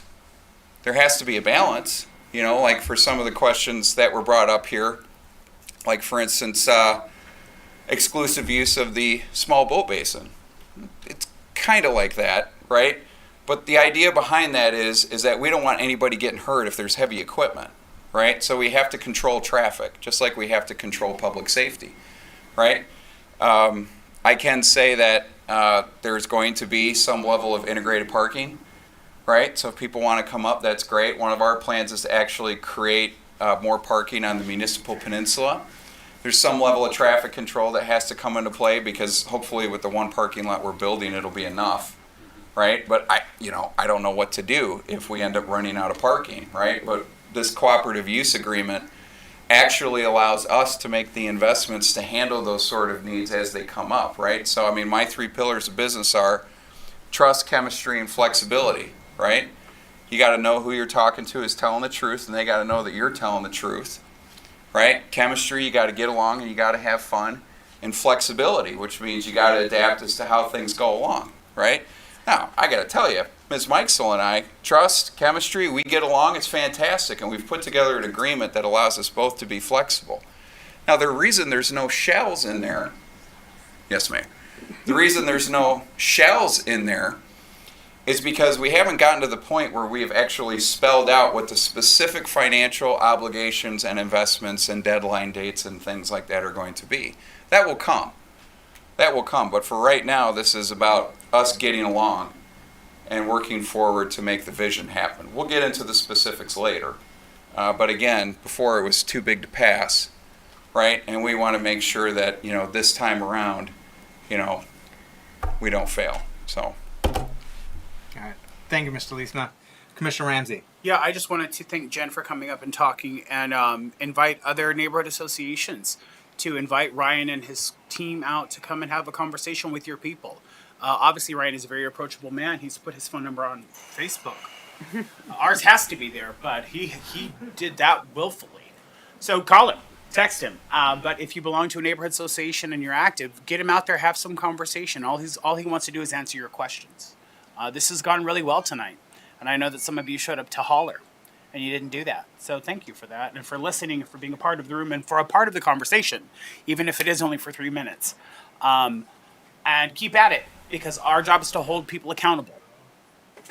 So that's all. Thank you, Commissioner Ramsey. Any other final questions or comments at this time? This item is on our agenda tomorrow, so we'll have another whack at it if we have any follow-up questions then, or remarks before we formally vote. All right. Well, thanks so much, Mr. Leesma, for being here tonight and presenting, and answering our questions and attempting to answer the questions of the community. And appreciate you making yourself available outside of the realm of the halls of this building as well to commissioners and the public. And appreciate your continuous efforts to grow with Muskegon. So, thank you. All right, so we've still got other items on this agenda. So we're going to move on to the portal. That's an exciting piece of artwork. If you guys want to stay and learn about that. We do have the Shaw Walker coming up later too, another major property that's needing of development and investment. Oh.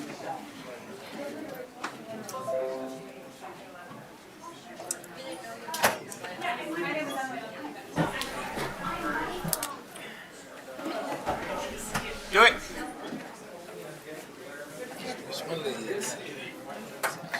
Old legs. I know, right? We'll wait for the room to gosh. clear out a little bit. Thank you all for being here. Please have conversations in the hallway. Everybody else is leaving. I'm leaving too. You no longer have a. Bye. Oh. Well, can't do anything anyway. We don't have quorum right now. We'll have to wait for some folks to return. That's okay. No, I meant to bring you back. So we had a meeting. Is that Ryan's computer in there, or is that ours? No, it's ours. It's got a sticker on it. Oh, it does. And I definitely didn't care for the people that we saw. And Cindy was part of it too. She has to be part of it, the Zoom. Maybe she knows that. So we've temporarily lost quorum. So we'll just, we're in a holding pattern until we get at least one commissioner to return.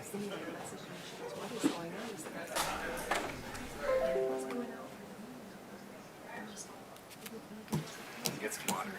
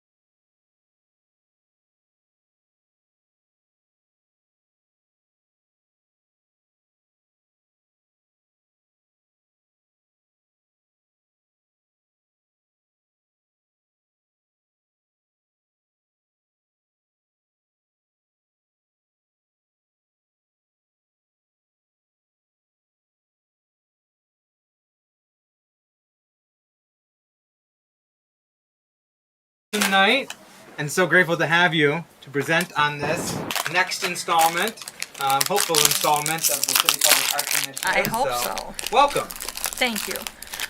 Anne, how do I do what needs to be done here? Oh, wow. Okay. Yes, ma'am. Do you want? You have access to it over there. Let me see.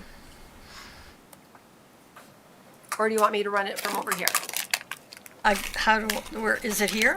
Here.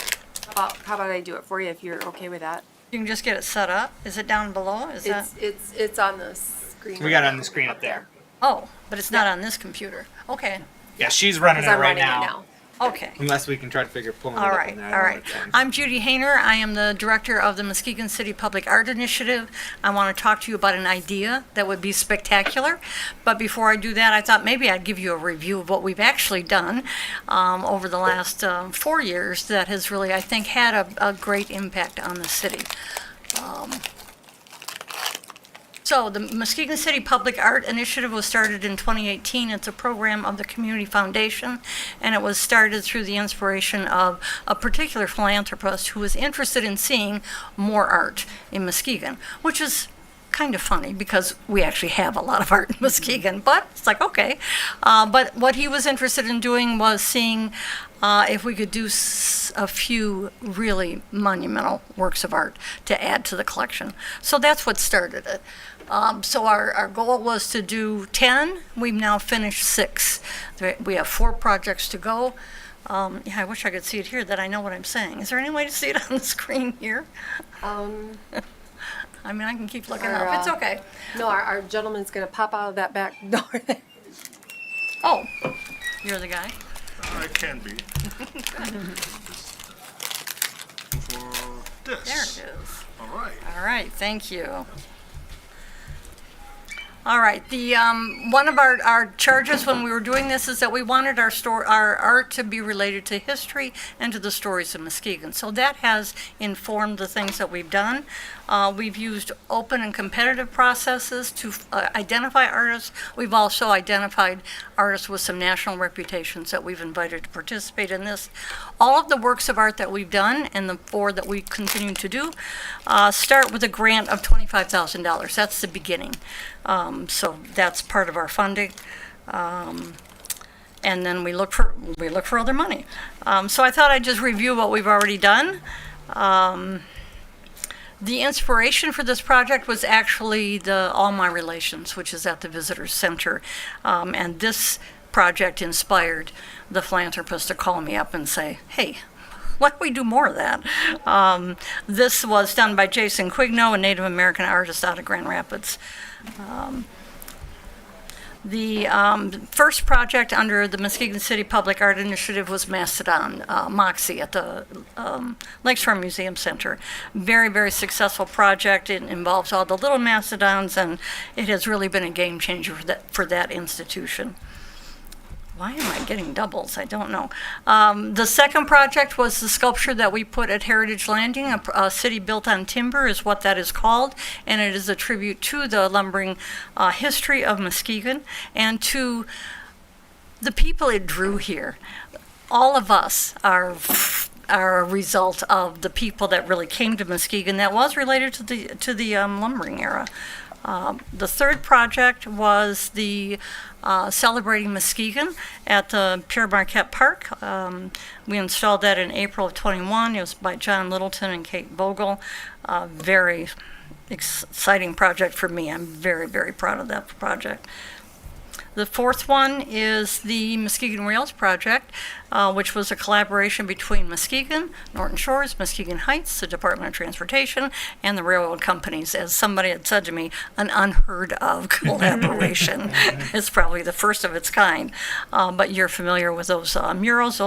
These are the 2 murals that are in the city, and then these are the 2 murals that are on the bridge between Norton Shores and Muskegon Heights. The fifth project is what defines Muskegon, and this was a project working with Dr. Hubert Massey out of Detroit, a nationally known artist, to do a mural. We worked with the city, with the Muskegon Heritage Museum, the James Jackson Museum, and YEP, which is a program of Community and Compass. And we were asking ourselves these questions about what does define Muskegon. We had a series of community forums and multiple feedback sessions. Over 60 people really were engaged in helping us do this project. And what's, I think, so interesting is if you've seen it and spent any time looking at that mural, the man who was a great artist, but in fact had never been to Muskegon before, really was able to garner who we are, what we care about from those community forums. I just thought it was a remarkable experience to go through. That's project number 5. Number 6, we just installed, as you well know, the sculpture One Drop, which is located between Shoreline Drive and the Convention Center, 27 feet. It's in honor of the 70th anniversary of the Women's Division Chamber of Commerce. I want to say one thing about that, which is look around at any kind of civic organization and tell me how many are 70 years old. I think it's a remarkable organization, and what they've done in Muskegon has really made a difference. So I'm really honored to collaborate with them. The 7th project I'm just starting on right now. Well, before I get to that, those 6 projects, so we start with 25,000, so that's 150,000. We've raised $933,000 altogether. So we've been able to leverage that philanthropic gift to garner a lot more support for these projects. And it is a testimony to the remarkable generosity of this community. I'm always humbled by how generous our community is. The primary dollars in that number are private. They're local private contributed dollars. We have some Michigan art funds that have been involved, and we have gotten some support from both the city and the county. Number 7 is a project that we're just starting to work on. We've contracted with a Muskegon artist to develop a 12-foot sculpture in bronze for Muskegon Heights to be placed in Rowan Park, which is going to be completely renovated. And this particular sculpture would tell the story and pay tribute to the Muskegon Heights Marching Band and the things that they accomplished in the almost 100 years of their existence. I'm very excited about this project. Next, okay, so this is what I want you to think about, all right? Because I think we have an opportunity here to do something that's amazing. I had the privilege last week of meeting with Dr. Alex Wagner, and I think you may have talked with him before. He is with the Michigan's Edge Mountain Bike Association. I think that's what it's called. Anyway, I met him. David Alexander set this up for me to talk about what his dream is for this area along Shoreline Drive. And then I shared with him what I thought my dream was. And I guess I hope that you will tonight be thinking about and keep in your mind that there is an opportunity here to create another public access area that is an urban park, and I got to tell you, I think it'll be unlike anything any place. And I think it's a combination of the biking trails and the work of art. But it's off-road adventure biking, there's room for a Frisbee golf course, and there is room for a phenomenal work of art by one of our own artists in Muskegon, which is this. This project is called The Portal, and this is just a schematic, obviously, of what it could be like in that space. If we can do the bike combination with this art, obviously all of it will be designed and together. But this is a 60-foot circle, a portal, a ring, that will be made of Corten steel. The inner edge of it is lit with LED lighting that could be motion activated. The idea is to get a trail that goes through this so that people can ride underneath it. It's a big project. And we have looked at, I've been working on this project probably for the last year, trying to figure out sites that might work. This is a big thing.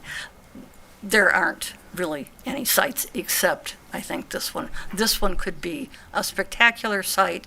It will be visible to everybody. It'll be enjoyed by, I think, people on their bikes, on their strolling with their kids, whatever. But the artist says this is what he thinks represents the big dreams and the renaissance of Muskegon. And so we do want to see if we want to lean into the idea of that land being, and I understand some of the complexities of that land, but being developed into that urban bike park with this phenomenal work of art in it. I think it would be unlike anything ever.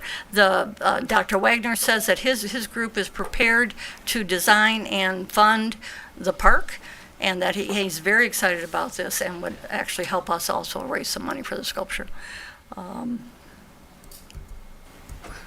So I'm just here to plant a seed, and I know that, and you may have noticed that Max McKee stopped in real quickly. He and I have also talked last week and today about his interest in seeing this happen, and I know it depends on some land switches, but I would encourage you to please really think about this.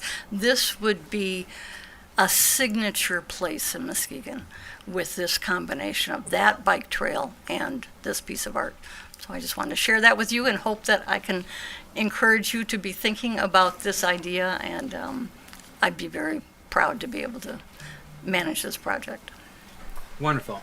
Thank you for joining us tonight, and I'm so happy that you've had an opportunity to meet with Dr. Wagner and understand what he wants to do and share what you'd like to accomplish, and also speak with Max McKee, one of the property owners over there, trying to accommodate that. I think that park is an added amenity and value, and I love this piece. I love the portal. I love it. The piece of the being the portal entryway into our downtown. Welcome folks to our city. Also the interactivity aspect of it. You know, as bikers pass through there, it lighting up. It being made by a local artist here as well. Can you divulge to the public? I think I can. I don't have a contract with him, because I'm. The interesting thing about these projects is that it actually starts with the site. I have a great project. The artist is Lee Brown, who is known in Muskegon. He works at the Art Museum. He is a significant artist, and he's really one of the very few artists that have the capacity to do this scale of a project. And this was his concept. When I said to him, all right, what would you do? And he came up with this one. So I would love to be able to see him do this, and I think it's something we would be proud of for a very long time. Excellent. Yeah, I think it'd be a wonderful next installation in a long line of just phenomenal pieces of public art. And I'm incredibly grateful for your leadership in that endeavor, for the support of Mr. O'Leary, providing the seed money, and to our community at large for really rallying around these projects and providing the additional funding to bring them into fruition. So, thank you. I hope this is number 8, but it's going to be a It's little the first time dependent I've on you seen the guys. one that's planned for Muskegon Heights. I love that. I love that. Yeah. For Owen Park. We are just starting on the maquette for that, and working with an advisory group in the Heights, working with the city manager and the DDA. So we will be having a maquette scale model created from that drawing, and then the full size, which he manages an art foundry in Illinois, but this is his home. His parents are here. He's actually come home and create that sculpture here, which I'm really thrilled about. Wonderful. Thank you. Commissioners. Manager Mike Zell. I just wanted to share with the commissioners that the location for this, and part of the reason that this is being presented to you is the proposed location is actually on city property. And so we will be looking to you to approve the use of the city property for this project.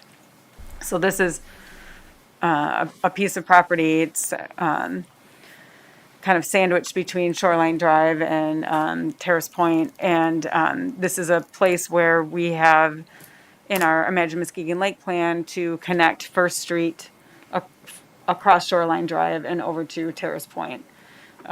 So the portal would fit in there. I'm trying to get back to that slide. Ann, help me out here. How do I get back to that slide? Hit the up button up in the where that says 1717. Go up there. You see the up and down? Where is it? At the top, at the left. Is she actually? She's not controlling it though, aren't you, Ann? Yeah, she is. Oh, Actually, okay. she took over. Okay, perfect. Yeah, there you go. Oh, that one. Thank you. Oh, There it is. That's what you yeah, wanted. of course, now I've gone too far. No, that was it though. No. Oh, the other one? Yeah.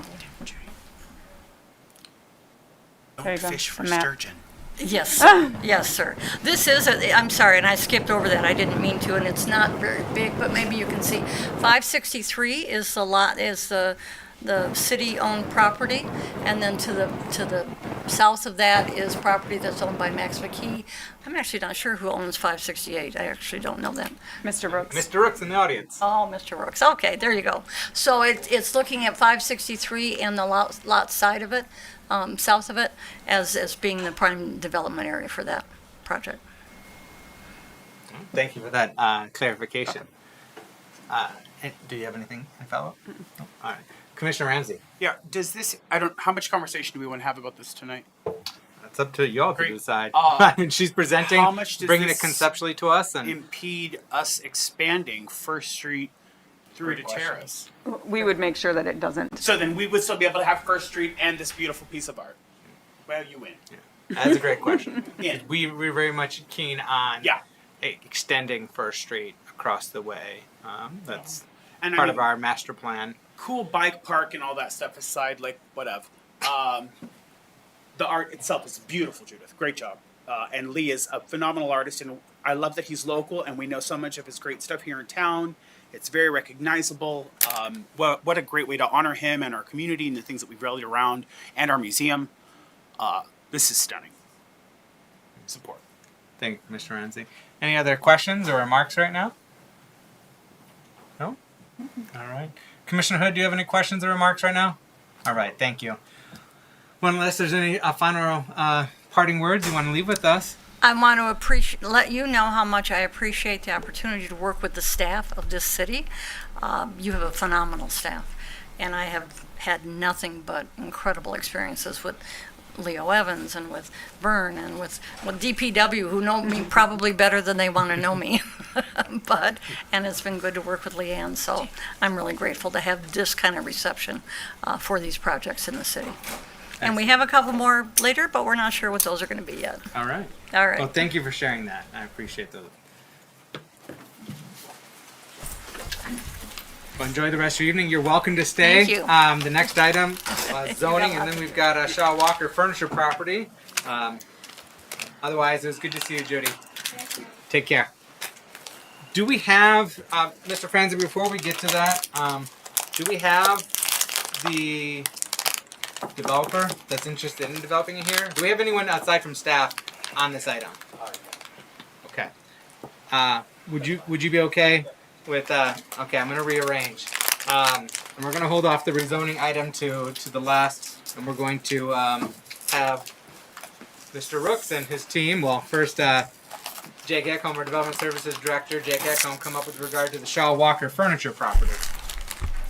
Good evening, Mayor and Commission. Yep, just really giving a quick introduction as to the update at hand that Mr. Rooks will take care of providing for you.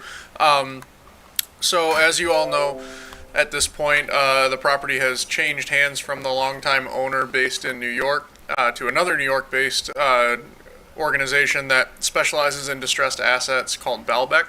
So this, the original owner took out an equity position with those folks to get some financing for another business venture that didn't pan out. And so they've gotten control over this property and have it actively listed. We did progress this property through the Housing Board of Appeals, requesting to have it declared so that we could get a circuit court ruling to have some blight enforcement done. In lieu of that, we issued 60 days to the existing owners, the Balbec Group, to get bids for various improvements to stabilize the building. So that's where that stands. I think October 5th might be their next meeting, and that's when we're supposed to take another look at that. So I've been actively working with that group as well as Mr. Rooks to kind of see how that intertwines with some of the due diligence items that he's going to give updates on, such as some environmental remediation and investigation efforts. And so he's working extremely well with staff, as are the existing owners. So I just wanted, by way of introduction of the issue, to let people know there is, through Commissioner Ramsey's HBA liaison, he's also familiar. There is an active case at HBA going on with this, but we have every intention of, working with whichever owner we end up with to get that stuff done. So, and with that, I'll let Mr. Rooks take over. All right. Thanks. Thank you, Director Ekholm.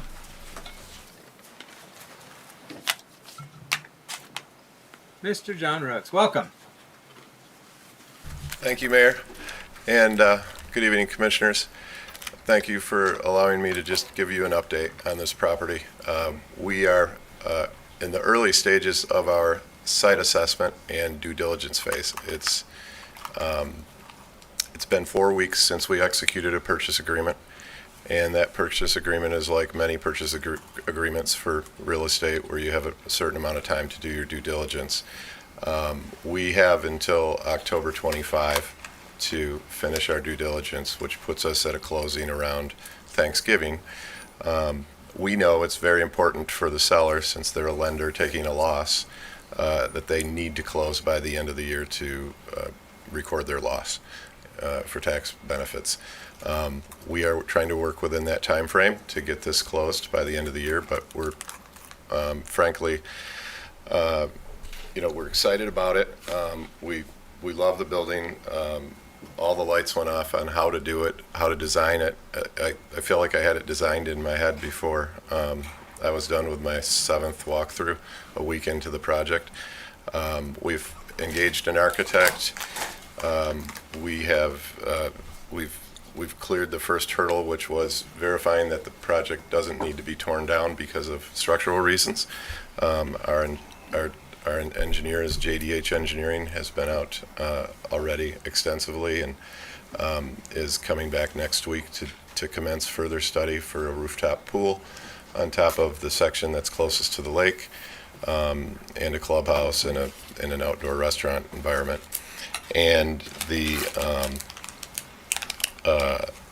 project has been looked at by us since we came here, because it's always been in a state of flux. We worked with Moses Gross, the former owner, to try to buy it in the past, but never have we really come up with a plan that we like as much as we do now. And I did take Jake, and I took your economic development director, and I took Peter Willis through the property, and I think they also think that the plan we came up with is really good. We have hurdles. While we're doing this research, we've learned that there's something I don't even think the current owners know about, which is a restrictive covenant on the property. A second thing they didn't know about is the chance that there's vapor intrusion in the property, which would be highly expensive to remediate. It's highly expensive to test for. It's to test whether or not vapor that's contaminated is coming up through the cracks in the buildings, and you'd have to build a vapor barrier system underneath the building and have gas removal systems built under the building to make sure you could use the building for residential. And that would be our purpose. Our goal is apartments. A quantity of apartments would probably be about half, and about half condos. The waterfront units would all have recessed interior balconies, covered verandas. And then the apartments would likely have French balconies, all with all opening glass walls, and it just works really well for residential. We discovered an old courtyard that's inside of the middle of the building that can be removed, and it can create a great indoor courtyard space. And it's all structurally fine to take it all out. We did receive a quote from our and found a company that can actually do it in time, which is amazing.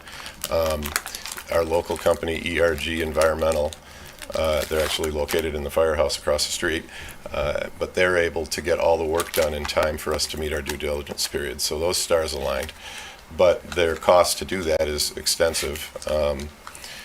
By the time we add up the phase 1, the phase 2, the PFAS study that we have to do, just like we did for the convention center, that ended up not going well, but then got resolved by a state grant.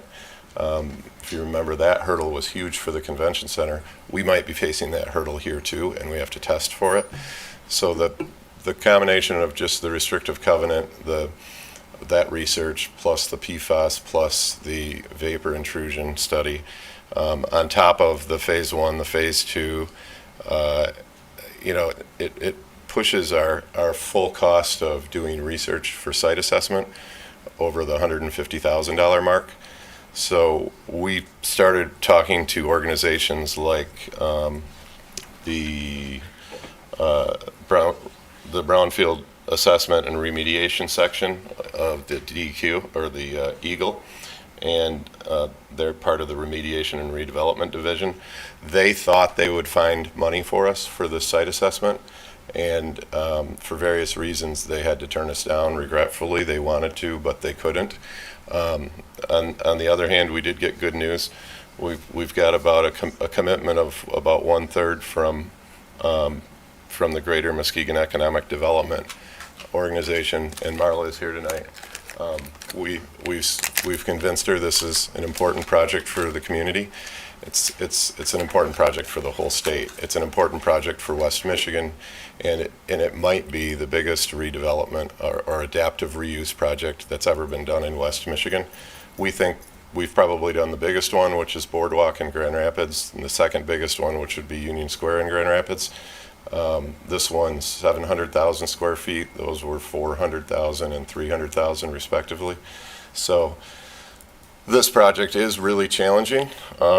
It's also challenging to close that fast because we have this fast timeline, and we have to do all this work quickly. We have to commit to it quickly, and it's a $150,000 commitment for something that, if the PFAS comes back as part of the project, I have to quick sprint and try to get the state to commit to helping me out with it, and I have to quick sprint and try to get the state to help me out with the vapor barrier intrusions, and that can all be done, but we're just trying to keep the pace going really fast. So the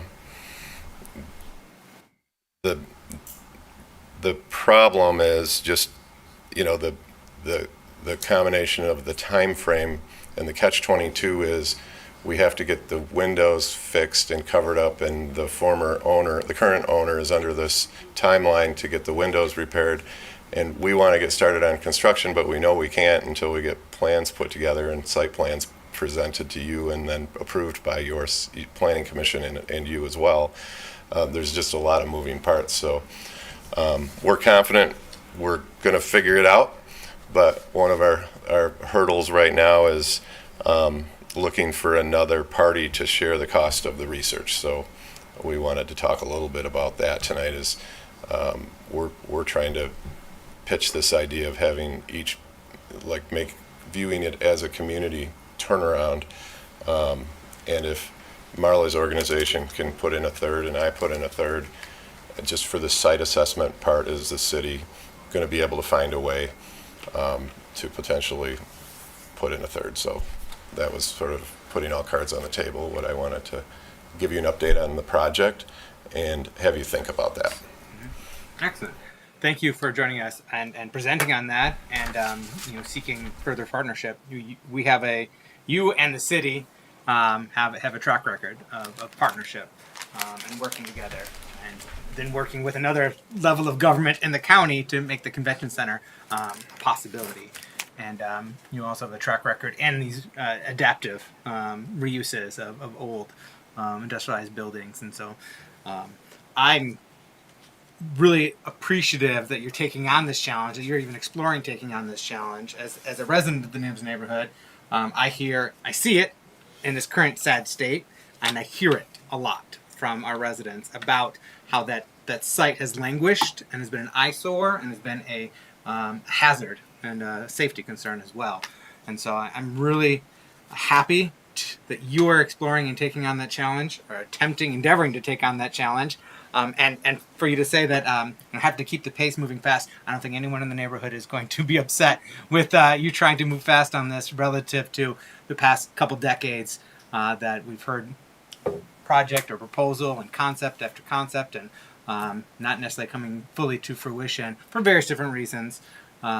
But I'm appreciative. I think it is sensible, personally, that we partner with you on this. With the Greater Muskegon Economic Development, and a third yourself and a third us, just to further explore the environmental assessment there, so that we know what we're dealing with, and whether ultimately is you taking on that challenge or us finding someone else, and then potentially bringing in the state as needed. They've been a great partner with the city previously on a number of different projects to work through these challenges and these problems. So enough said out of my mouth, though. Commissioner Ramsey. Thank you, Mr. Mayor, for passing the baton to the other talker. Mr. Rux, you saw here tonight that a local businessman came to present his gig, and there were people here either ready to support him or set him on fire. And all of that is mitigated by communication that is clear and intentional with the people in this neighborhood, the people of our city, to echo what the mayor said. So this happens to be in my ward, and we have put out our necks for quite some time for Moses and his efforts, or almost efforts, at that property, and nothing has ever come back our way after all the support that we've given to him. And the neighbors are highly agitated, with good reason, right, Jen? And so I think that as you see the opportunity, not that I expect you to ask anyone for permission, John, let's not pretend you're going to do that, or that we're going to see that happen. But I involve them in the conversation. Let our neighbors know what's going on and how you see it playing out. And just be honest about what the intention is from jump, and you'll get their support. And I think that's the most important thing, that in a project this size, that it really is going to take all of us to come together to say, okay, let's see it happen, and let's see it happen quickly. And so tonight was a great example of that, right? It could have went very poorly for Ryan. And it didn't, because he came and said, this is what it is, and this is what I want to do, and this is what I know to be true right now. And I'll tell you what's next when I find out what the next piece of truth is. So mirror that, and I think that we'll all be very excited to see what you can do. Like the mayor said, we have a great relationship with you. We've done beautiful things before. And fortunately and unfortunately, the bar at this property is set really low. So you show up and cut the grass, and I bet people would clap for you when you walk down the street. Hell. But I'm very excited. I know that our neighbors are very excited. And so just let us know what's going on, and we'll show up for you, right? That's all I have about that. Thanks. Thank you. Thank you, Commissioner Ramsey. Commissioners, any other questions or remarks right now? I mean, we are looking for an indication from staff as well as from Mr. Rooks as to whether or not the commission supports conceptually partnering, at least in this piece, where it sounds like we're being essentially asked $50,000 roughly. I mean, Yeah, and so to be clear, just because I want to make sure I'm not, you mentioned environmental was the cost. It's, when I talk about $150,000, the majority of it is by far environmental. But when I came up with that number, it includes 14 categories, and it includes researching electrical engineering, water service to the building, whether there's adequate pressure to do what we need to do, whether there's adequate survey lines for what we need to do, the fire protection system in the Knoll factory, whether that's adequate to meet the needs of what we expect to do, and some asbestos research and lead paint research. There's like 14 categories. So, but staff and I have already talked about that. So they, they've seen the building, to your point. I am trying to be very transparent, and I even brought the building department through the project. I brought Kim and Phil and the electrical inspector through the building, and they said the same thing. They really appreciated that someone would bring them through this early. So excellent. So it's multifaceted in our assessment, and basically whether you're able to move forward with it or not, that information is going to be valuable to us as a city for the long-term redevelopment of that property, to really understand the nitty-gritty and the nuance of that property. Director Ekholm, I saw, did you have something that you wanted to add or ask? Excuse me. Yes, thank you. So really, I'm enthused to hear, the extent of the due diligence that's being undertaken by the potential buyer. I'm enthused that there's going to be a local owner if this goes through. That's been a huge challenge for my division for the last several years, just trying to create a working relationship, just because of the distance and the lack of communication. So with that, this isn't something that our division or any would typically ask, but because of the tight timeline and because of the sort of recent developments that have taken place, we didn't have this on the agenda. We would after speaking with Director Wills, we think this would be a good eligible use of ARP money. I want to speak with the city attorney tomorrow to determine what other eligible funds there may be. It's not really the intended original use of the Economic Development Fund, but it is eligible by law. And then there's also potentially the Public Improvement Fund, which I'm not sure about the eligibility, so I have to find that out. But I'm interested in trying to convey these funds, if the commission so chooses, before the following commission meeting, just to get ERG engaged, because that's 2 weeks of work that we could be working towards that closing. So wondering if there's appetite for that. If there's not, that's okay. I'll make sure that I get an agenda item on the next meeting. So you're asking whether or not it's okay to put this on tomorrow's agenda, our general session, rather than the second meeting in September? Yes. So I have a question. Yes, Mayor, Commissioner right, Ramsey. while you're deliberating that in your head. So I would love to. So something that I worked with, and Jacob, you were in the room with me when I said this to Moses, when he was like, hey, we're here. This is going to be the plan at his last ditch effort, right? Like this was it. I was done sticking my neck out for him, and I said, give me a timeline and stick to it. And I don't mean a timeline in a way that I expect everything to be what it is, but you have a general idea of when we want this stuff to happen. If we're going to look at something as soon as tomorrow night, I would love to see a general timeline of when things are going to get done. And of course, this is a living, breathing document because this is how development goes. But something that we can wrap our heads around, and that you just spewed off a bunch of numbers, $50,000, okay, great. But then you talked about 15 different buckets it could come out of. I would love to see how that is going to look, and if it doesn't come out of this one, where it comes from this one, and how we're replacing it. And all these things that Ken Grant should be here so that I can look at him with confusion, and he'll know what I want. But I'm not opposed to seeing this tomorrow night if there is... I don't want to rush this so that it looks like we're trying to pull a fast one on anyone, but I also see the need for urgency, and if we can cross our T's and dot our I's with a timeline, and with understanding where the money is going to come from, and not just pull it out of ARP and then say, oh, sorry, we spent all the ARP. I'm not opposed to supporting this tomorrow night. That's that. I don't think I have a follow-up after that. Thank you, Commissioner Ramsey. Yeah, well said. So I think, I want to make sure I'm being crystal clear that this is a due diligence process. There is a concept from the potential buyer that we as staff are supportive of after walking through and hearing some notes and seeing some, back of the napkin kind of drawings and layouts. But really, one way or the other, this is going to provide valuable information. As the mayor stated, this is something that will have to get done during a due diligence period for any buyer.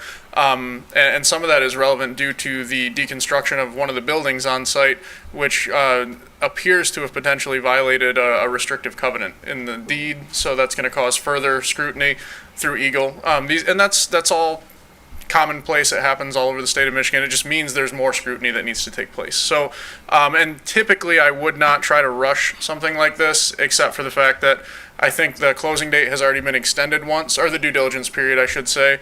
So I think it's October 25th, and that all due diligence has to be complete, and then has to close within 30 days after October 25th.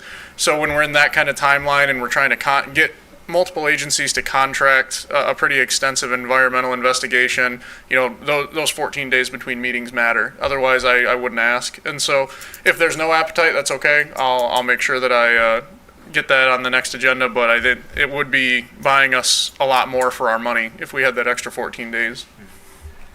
So, and I want to hear from all the commissioners. I'll say that I have reservations about taxing the sun tomorrow without having been published in our agenda. In fact, we're now, less than, not quite, almost approaching the 18 hours in advance. I just have some misgivings about tacking this on to our agenda tomorrow, particularly given the dollar amount and understanding exactly which bucket of money is coming from, general fund, public improvement fund, ARP dollars, economic development. I'd prefer that, personally, I'm just one of 7, personally would prefer more of that context, more of that detail, and it to be published in advance so that our community has an opportunity to see it and understand why we would be committing, potentially up to $50,000 for this. But that's my perspective. Commissioners, I'd welcome yours. Commissioner St. Clair. I agree with both of you. I am wondering if there's a way that we can split the difference and add this to our meeting agenda for Friday. If commissioners are It's an elegant open, solution. I didn't think we do have a noticed meeting for this Friday. It is scheduled to end approximately 4 p.m. And 4:30. Actually, I think we scheduled 9 to 5, but we hope to be done by 4:30. Right. But if commissioners are okay with tacking this on at the end of that, we could. We don't have any meetings scheduled for next week, right? No, we have the joint. We have a joint meeting with the school board next Tuesday. Yeah. I mean, there's another opportunity we could add it to that agenda. We could definitely get materials together by Friday, or before Friday, so it could be published. Okay. I mean, I'm more comfortable with Friday than tomorrow. I'll say that. Tomorrow, I'm not too keen on. Friday, we can get that published. We can get that information out there. There's an opportunity for people to learn about it, us to fully understand it before voting. That buys us 11 extra days of research, the way I look at it. So it's just what we're getting for our money. So I appreciate even consideration on Friday. I think that's very useful. Great idea. Yeah, very good idea. Commissioners, are you okay with that being added? Vice Mayor German? Yeah. And I understand the sense of urgency here and the timeline, but I am not comfortable with that timeline. I think it should be added to the agenda where it reflects more transparency. And also you mentioned, well, we don't know where that funding is going to come from, whether it's general or ARPA dollars. I'm opposed to the ARPA dollars. I think that those dollars should be used for other opportunities for people in our communities. And all due respect to Mr. Rux, very well established businessman. But we do have others out here who could better utilize those dollars and for opportunities. And when we talk about diversity, equity, and inclusions, we need to have owners and public figures who can get the access to those opportunities. So I think a timely manner for me would be, and I'm only one, just like the mayor said, on the next agenda. Because it kind of seems like we're pushing it through. And I understand, again, the sense of urgency. Sure. Yep, and that's business, but we have a due diligence also to the community as well. Thank you, Vice Mayor German. Commissioner Emery, Commissioner Gorman, Commissioner Hood, what are your thoughts or questions? Or I kind of agree with everybody, what all of us have said. Friday's going to be a long day, as it is. You gotta. How much more time are we adding? Any possible idea? I mean, we can put together detailed materials as to what the work would entail, and look at the pricing from ERG, have that together for you and sent out electronically probably as early as tomorrow is my guess. So that would give several days notice and publish it for the public as well. And again, for the to make sure that people understand, to Vice Mayor German's point, it's not a disinterest in being transparent. It's strictly because we're trying to facilitate a closing on this, last huge industrial eyesore. So it's kind of our biggest albatross in town, and it's really difficult on the NIMS neighborhood. We get consistent complaints. So I think it's something I'm willing to get behind and recommend that we levy resources to. And just if we're shooting for that October 25 date, presuming there wouldn't be another extension on due diligence, it's really just a matter of buying more days to get that necessary work done. So. Yeah, because it's definitely been an eyesore. But I also think that we definitely need to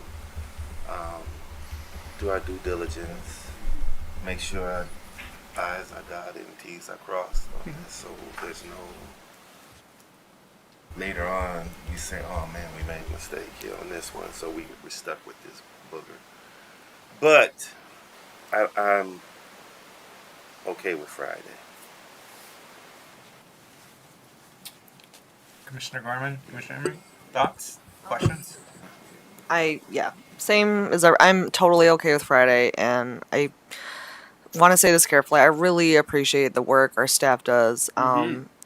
Lately, though, I just want to caution, if everything's an emergency, nothing is an emergency. And I'm not saying that this isn't needing attention, but I just do want to be careful and echo Commissioner Hood's, I don't want to look back and say, well, we should have known or we should have taken our time. So just, that's a bigger thing than this issue, but I'm totally okay with Friday as well. Excellent. Commissioner Emery. I am good with Friday. Okay. Which also means as soon as they get us that information, we got to be ready to go Friday. So 7 minutes, Commissioner Hood. We got to discuss that vote and be out. All right. A long week already. Yeah. And Friday's going to be capping off a long week with a long day. We're going to be here all day Friday. I apologize. And so, all right. If you have any, we're going to get this information. The packet's going to be published. If you have any questions, please get them to staff as soon as possible so we can get those addressed beforehand. So, all right. Anything else, Director Eklund? Nope, I appreciate your consideration. I know it's an unusual request, kind of going outside of our typical policy, but it's crucial, so I appreciate that. Thank you. All right, thank you. Yes, Mr. Rux. Just so you know, it's circumstantial and not your staff. We didn't get the rejection letter from the Brownfield Assessment and Remediation section of Eagle until Tuesday, September 6th. And then we had an emergency call set up with Eagle for 2 hours the next day on Wednesday, and worked through talking about any other programs they have. And they don't have funding right now until next year. And that's the bad news about the site assessment grant stuff.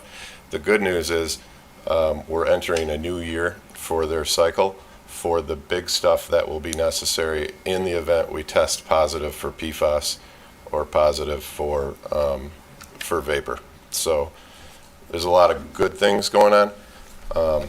So I just wanted you to know it wasn't anything to do with staff going too slow. It was circumstantial, or maybe I should have signed a purchase agreement a month earlier, so it's my fault. Well, thank you for Staff is perfect. It's all your fault. thank you for the clarity. Thanks. Again, thank you for pursuing both the opportunity and the serious challenge. Thanks for considering this. Yeah. All right. Thank you, Mr. Rooks. Jen, I know you wanted to speak on Shaw Walker. Are you okay with at the end of the meeting, or do you really want to speak right at this moment? Okay, excellent. We're going to move on to our final item on the agenda, and that is going to be rezoning of 2043, 2051, 2065, and 2075 Dow to form-based code, urban residential. We have our planning manager and zoning administrator here, Mr. Franzik. Welcome. Good evening. This case went to the Planning Commission in August. It was recommended for approval by a 5-0 vote. We did send notice to the neighborhoods, to everyone within 300 feet of the project. We did not get any comments. We did not have any comments at the meeting, so everything went pretty smoothly. We just wanted to bring this here tonight, be transparent. It is going to form-based code. Some neighborhoods have had some reservations, so we just wanted to bring it here tonight and see if there were any questions. All right. I do have a couple, but I'll wait for the commission. Commissioners, any questions on this item that's on the general session tomorrow? Commissioner Emery. This,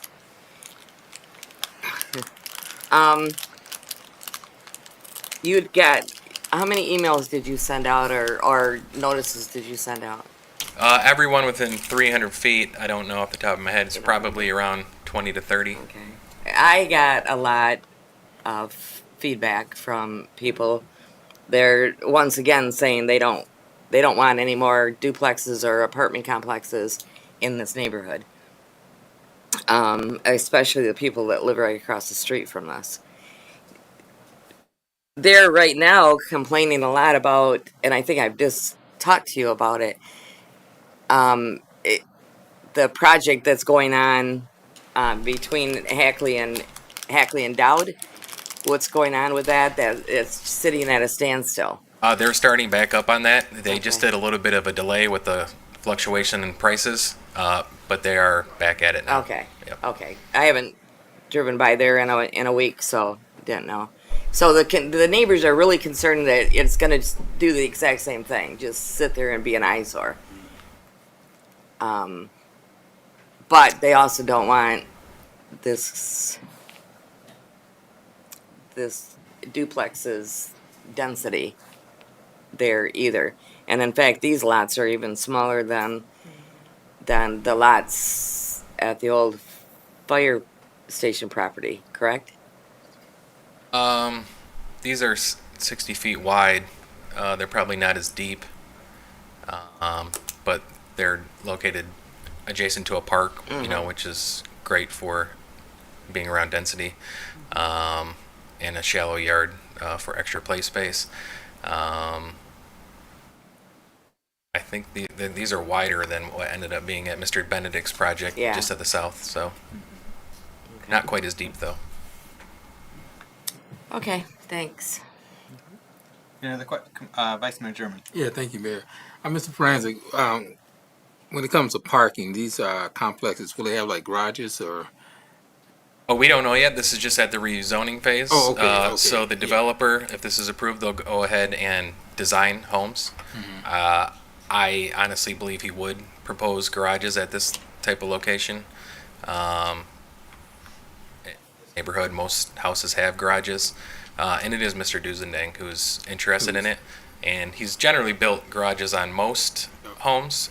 Some of the newer ones in McLaughlin, he's chosen not to keep the cost down. But I believe these ones would probably have garages. Yeah, I've seen a couple of his new development and projects in the McLaughlin area that do have garages that are not attached. And I think there's one on Isabella and Pine that's attached. I know that's been a huge concern with, residents in the community with this rezoning and form-based code. As to Commissioner Emery's point, with the duplexes, and I understand the need for housing and to make it more affordable and to add a different character and more housing differentials to the community. But this form-based code, I've always struggled with it, for the last year or two. And yeah, thank you. Yeah. Commissioner Emery, follow. Do you know if the developer is planning on, are these going to be sold, or are they going to be just rentals? Well, they're going to be duplexes, he proposes, so I believe they're going to be rentals. Yep. Thank you. Which leads me into one of the questions I had. Is this, he's anticipating this is part of, well, we already edited the scattered site brownfield, so this is part of the pilot program for the home infill. Yeah, that's the rental one, So, right? Yep. Rentals that have pathways to home ownership. So people can buy them right off the bat, and if in your lease, it's guaranteed in your lease that you can buy the unit.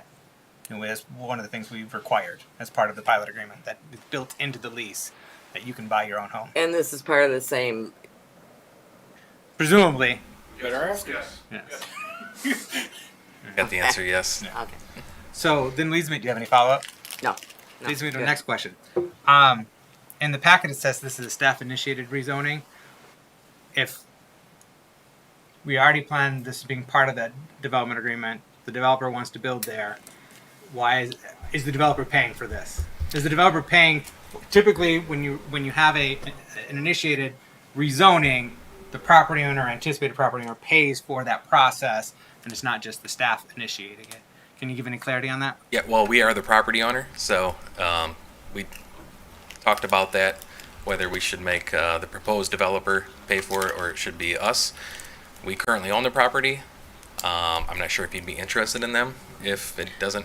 It's a matter. We currently own it, but we fully expect to sell it to them. There's no questions or doubt about that. We've already added it to the brownfield, the scattered site brownfield, as literally as part of this development agreement with them. There are other instances where someone on the behalf of the property owner who is planning on buying it has sought a rezoning of it and pursued that route. So it's not always just the property owner, but I get what you're saying. We currently own it. I'm of the mind that the person wanting to buy this from us, likely, at a favorable rate, and then building on it, should be paying for this process and not just free use of our staff time. That's my perspective in that regard. I'll give one recent example. The property on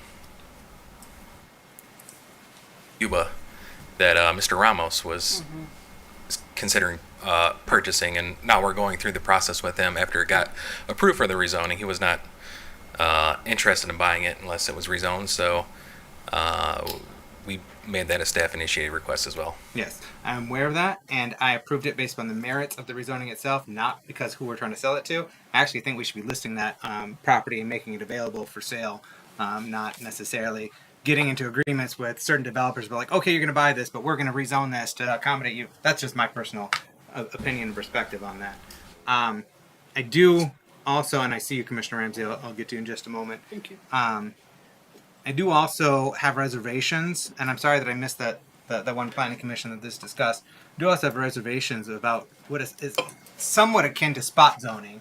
I know we do have that up the street, which is a contained area on Hackley that was referenced. This is, block or two away, surrounded by different zoning, and it's starting to feel like piecemeal. Like we're going to rezone this, we're going to rezone this piecemeal, rather than having if we want to rezone that neighborhood, then let's look like a rezoning that neighborhood, rather than just doing this piecemeal aspect of it.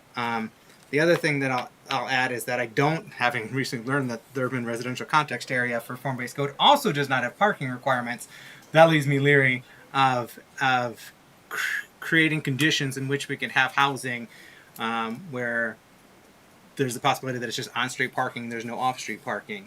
And in this particular area, there's no alleyway to access that way. So ostensibly, someone could build and not have on-street parking, no garage, and just require people to park on the street. And that's a whole nother conversation as to if it's appropriate for residential neighborhoods to have on-street or have off-street parking be a condition of the zoning, or just have the potential where everyone's parking on the street.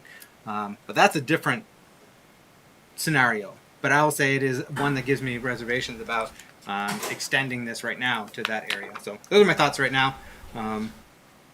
I'm, just to give you a heads up as to where I'm thinking tomorrow, I'm more than likely going to vote no than I am to vote yes for this rezoning tomorrow. But I still think that the person who plans on buying it should be paying for this process and our staff's time. But that's another point. Commissioner Ramsey. Yeah, that was my question, is how much does it cost and who do we pay if it's us? So if we own the property, we would pay us. But how much does that cost? How much is the A rezoning is a $500 fee for the applicant. Per property? So $1, $2, $3, $2,000 process? for this? I think it's per process, isn't it? Or would you? We probably count it? we would just count this as one. As one? Yeah. Is this one piece of paper? Yeah. Okay. Well, then tell him to cough up $500. Hey. I would welcome that. Doesn't hurt my heart. And it's not going to hurt Dave's either if he wants to do it. I can shoot him a text, see if he's. So can I. Dave, if you're watching, write a check. No, I just want to. Or we can make it a policy to move forward, do it that way. So that was my only question. Okay. I'm not opposed to this. I'm not.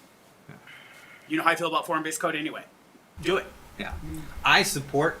I'm sorry. Go ahead, Commissioner. No, that's it. No, go ahead. I support. Particularly with this R3, it's meant for higher density. I support duplexes there. I have no question, qualm, or problem with the construction of duplexes there. So I'll say that. More of the parking then? Yeah, it's an inherent part of that. I understood why we didn't have it downtown, those parking minimum requirements, and we got away from that. It was news to me that this is in the urban residential context area that we're planning, ostensibly at one point staff wanted to extend across the entirety of the city. That leaves me with pause with the prospect of, having an abundance of development where the expectation and the onus is put on parking on street only. And that comes with potential problems that I'm not sure we fully necessarily thought through. At least I haven't fully thought through and processed and understood unintended consequences moving in that direction. Yeah, I think that's a good point as we branch outside of the downtown neighborhoods to look at. It's something we kind of went back and forth on when we made the Lakeside form-based code. We were like, this is a little different, but we decided to propose it the same way. We haven't had any issues since, but then again, we haven't had a lot of residential development there yet. So I think that is worth looking into. However, with Mr. Duzenang, just knowing how he builds and what he likes to offer, I know he's not going to build any homes that don't offer parking, especially duplexes. I know that's not something he's going to do personally. Not to say a different developer wouldn't. Well, and as you said, we still own this property. So, as part of selling it to him, we could, in this case at least, require off-street parking. Yeah. Yeah. Okay. And for him to pay for the Do we need process. a parking study? Do we have a parking study, city manager? We have a downtown, yeah. We have a but parking strategy. Parking strategy. Now, I appreciate that, but I think that as we're looking at it, increasing density in some of our core neighborhoods, that a parking strategy that we all understand and have reviewed again would be nice to, because again, yeah, like I grew up in a city, so it doesn't, on-street parking, yes, if there's an opportunity. But I think it's worth noting too, on-street parking is available on both sides of the street, on this street, and pretty much any street around it. So with a shallow lot, the driveways may not be as long, and they may lead to a garage where the owners or the renters can park, but if they have guests. Oh yeah. Yeah. No, that's good context. Happens at my house. Okay, great. All right, thank you. So I'm still deciding on my vote tomorrow, but I appreciate the dialogue and the insights. Director Ekholm, did you have something you wanted to add? Thank you. Just to add a couple points of clarity, I think Mr. Franzek did a really good job highlighting the rezoning request. So I instructed staff to make a staff-initiated request for these lots specifically, and it was when I was reworking the pilot and ARP agreements for West Urban Properties. But even irrespective of the fact that they are now added to that pilot exhibit, they're just a good place for duplexes. Like, if you go look at them, they butt up to Camp Belfield Park. It's a working class area. It's got a lot of smaller household footprints. It's just a solid place to put some duplexes so that more families can be proximal to the park and more families can be in that neighborhood that doesn't have very many opportunities for new construction. And I think that Stephen Benedict's duplex development, which is I think 4 times the size, twice the size or 4 times the size, offered an opportunity to show that it can work in that neighborhood. So that it was my direction to do a staff initiated request. It wasn't to save anybody $500. Like, it was, this makes sense for this site, so let's rezone this because I want duplexes here. It makes sense for the density in that neighborhood and for people to have an opportunity to live near these amenities. So wanted to clarify that. The other thing I wanted to clarify is, having worked on the pilot program, over the last several months, I know for a fact that these sites would include driveways off-street. So at least for this specific development, the plan would not be to rely solely on-street parking. The entire stretch of that street has off-street driveways, like going onto their lots, because there is no alleys, to your point. And then they're also in Camp Belfield, they're particularly narrow streets in a lot of areas. Dowd's not as bad, but a lot of those are. So I would not want to have our staff site plan approve or even take to Planning Commission anything over there that allowed for only on-street parking without at least giving context and recommendations to deny based on that fact. And that's not been the case. So happy to look into the residential context area for form-based code and putting in some parking requirements. I think that's a reasonable request, especially as we start to look at it in more residential context areas outside of downtown. But at least for this project, it helps us get to the density we need for the pilot agreement, and it also just makes sense if you go drive those lots. It's just a reasonable place to put some duplexes. So I just wanted to add a couple points of clarity other than that. Mike did a really good job. So thank you. Yep. I have a point of clarity too. Yes, Commissioner Ramsey. I have been saying for months that we need to build some duplexes so that people can see what they've been afraid of is really not that bad. And so I know that Dave could write a $500 check.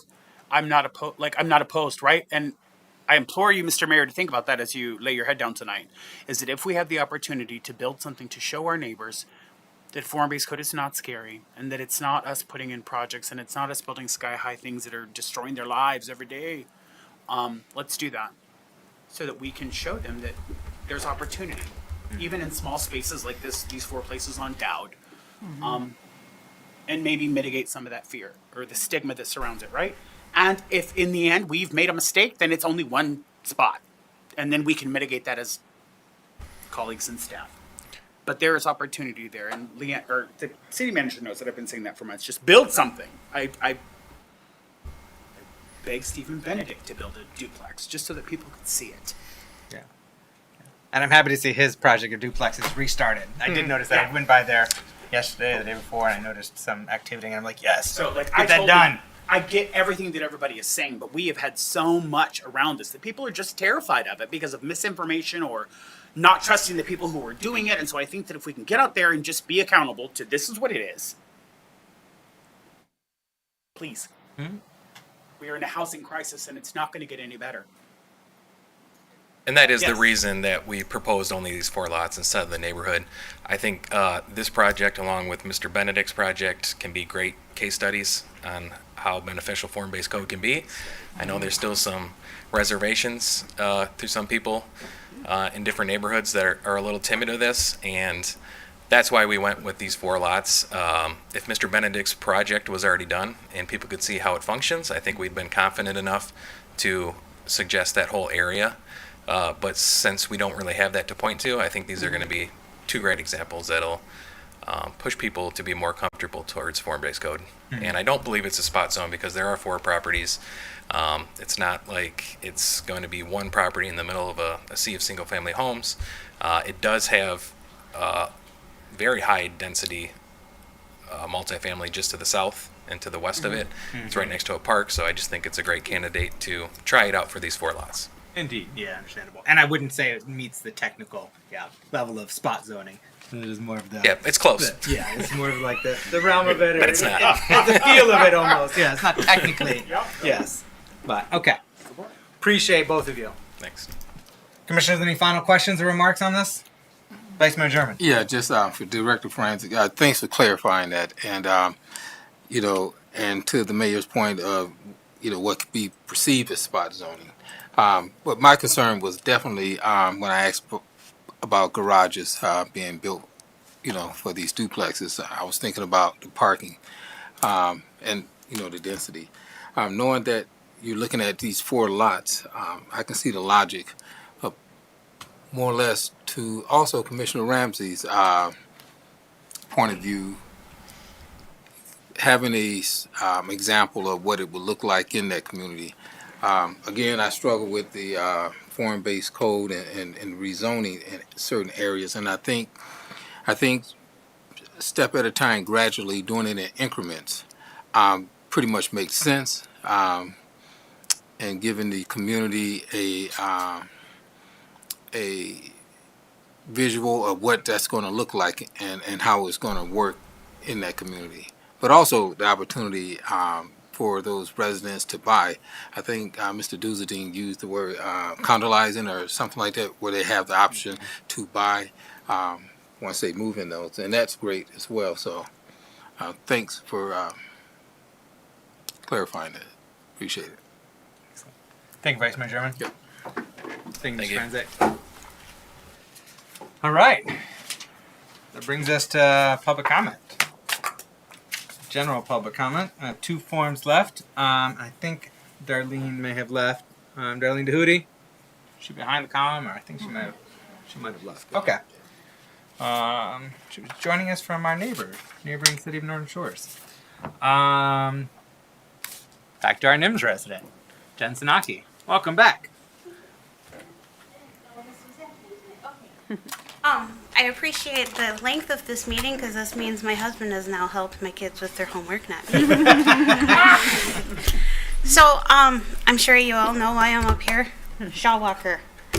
First of all, Mr. Rooks, I would like to extend my appreciation to you because I understand the enormity of this project. It's huge, and it has been the bane of my existence for a long time.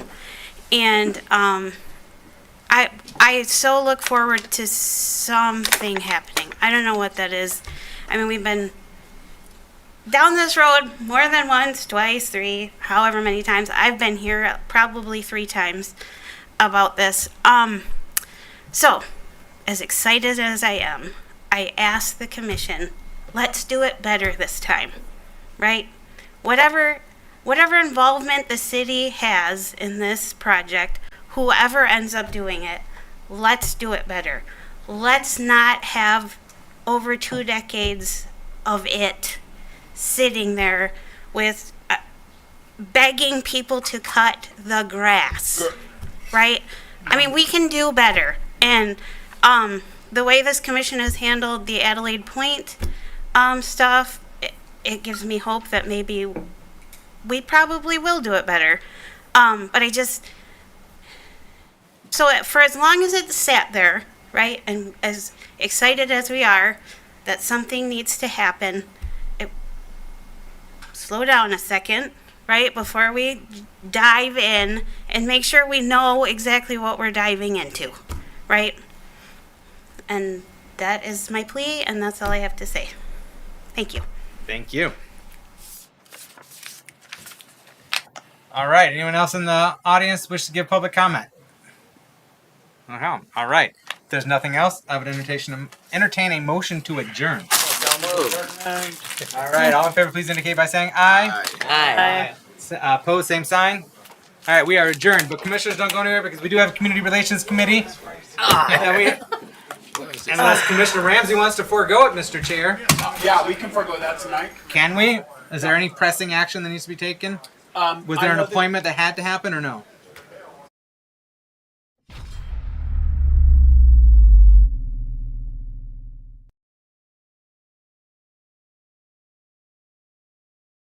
Wednesday, north winds 10 to 15 knots. Sunny. Waves 1 to 3 feet.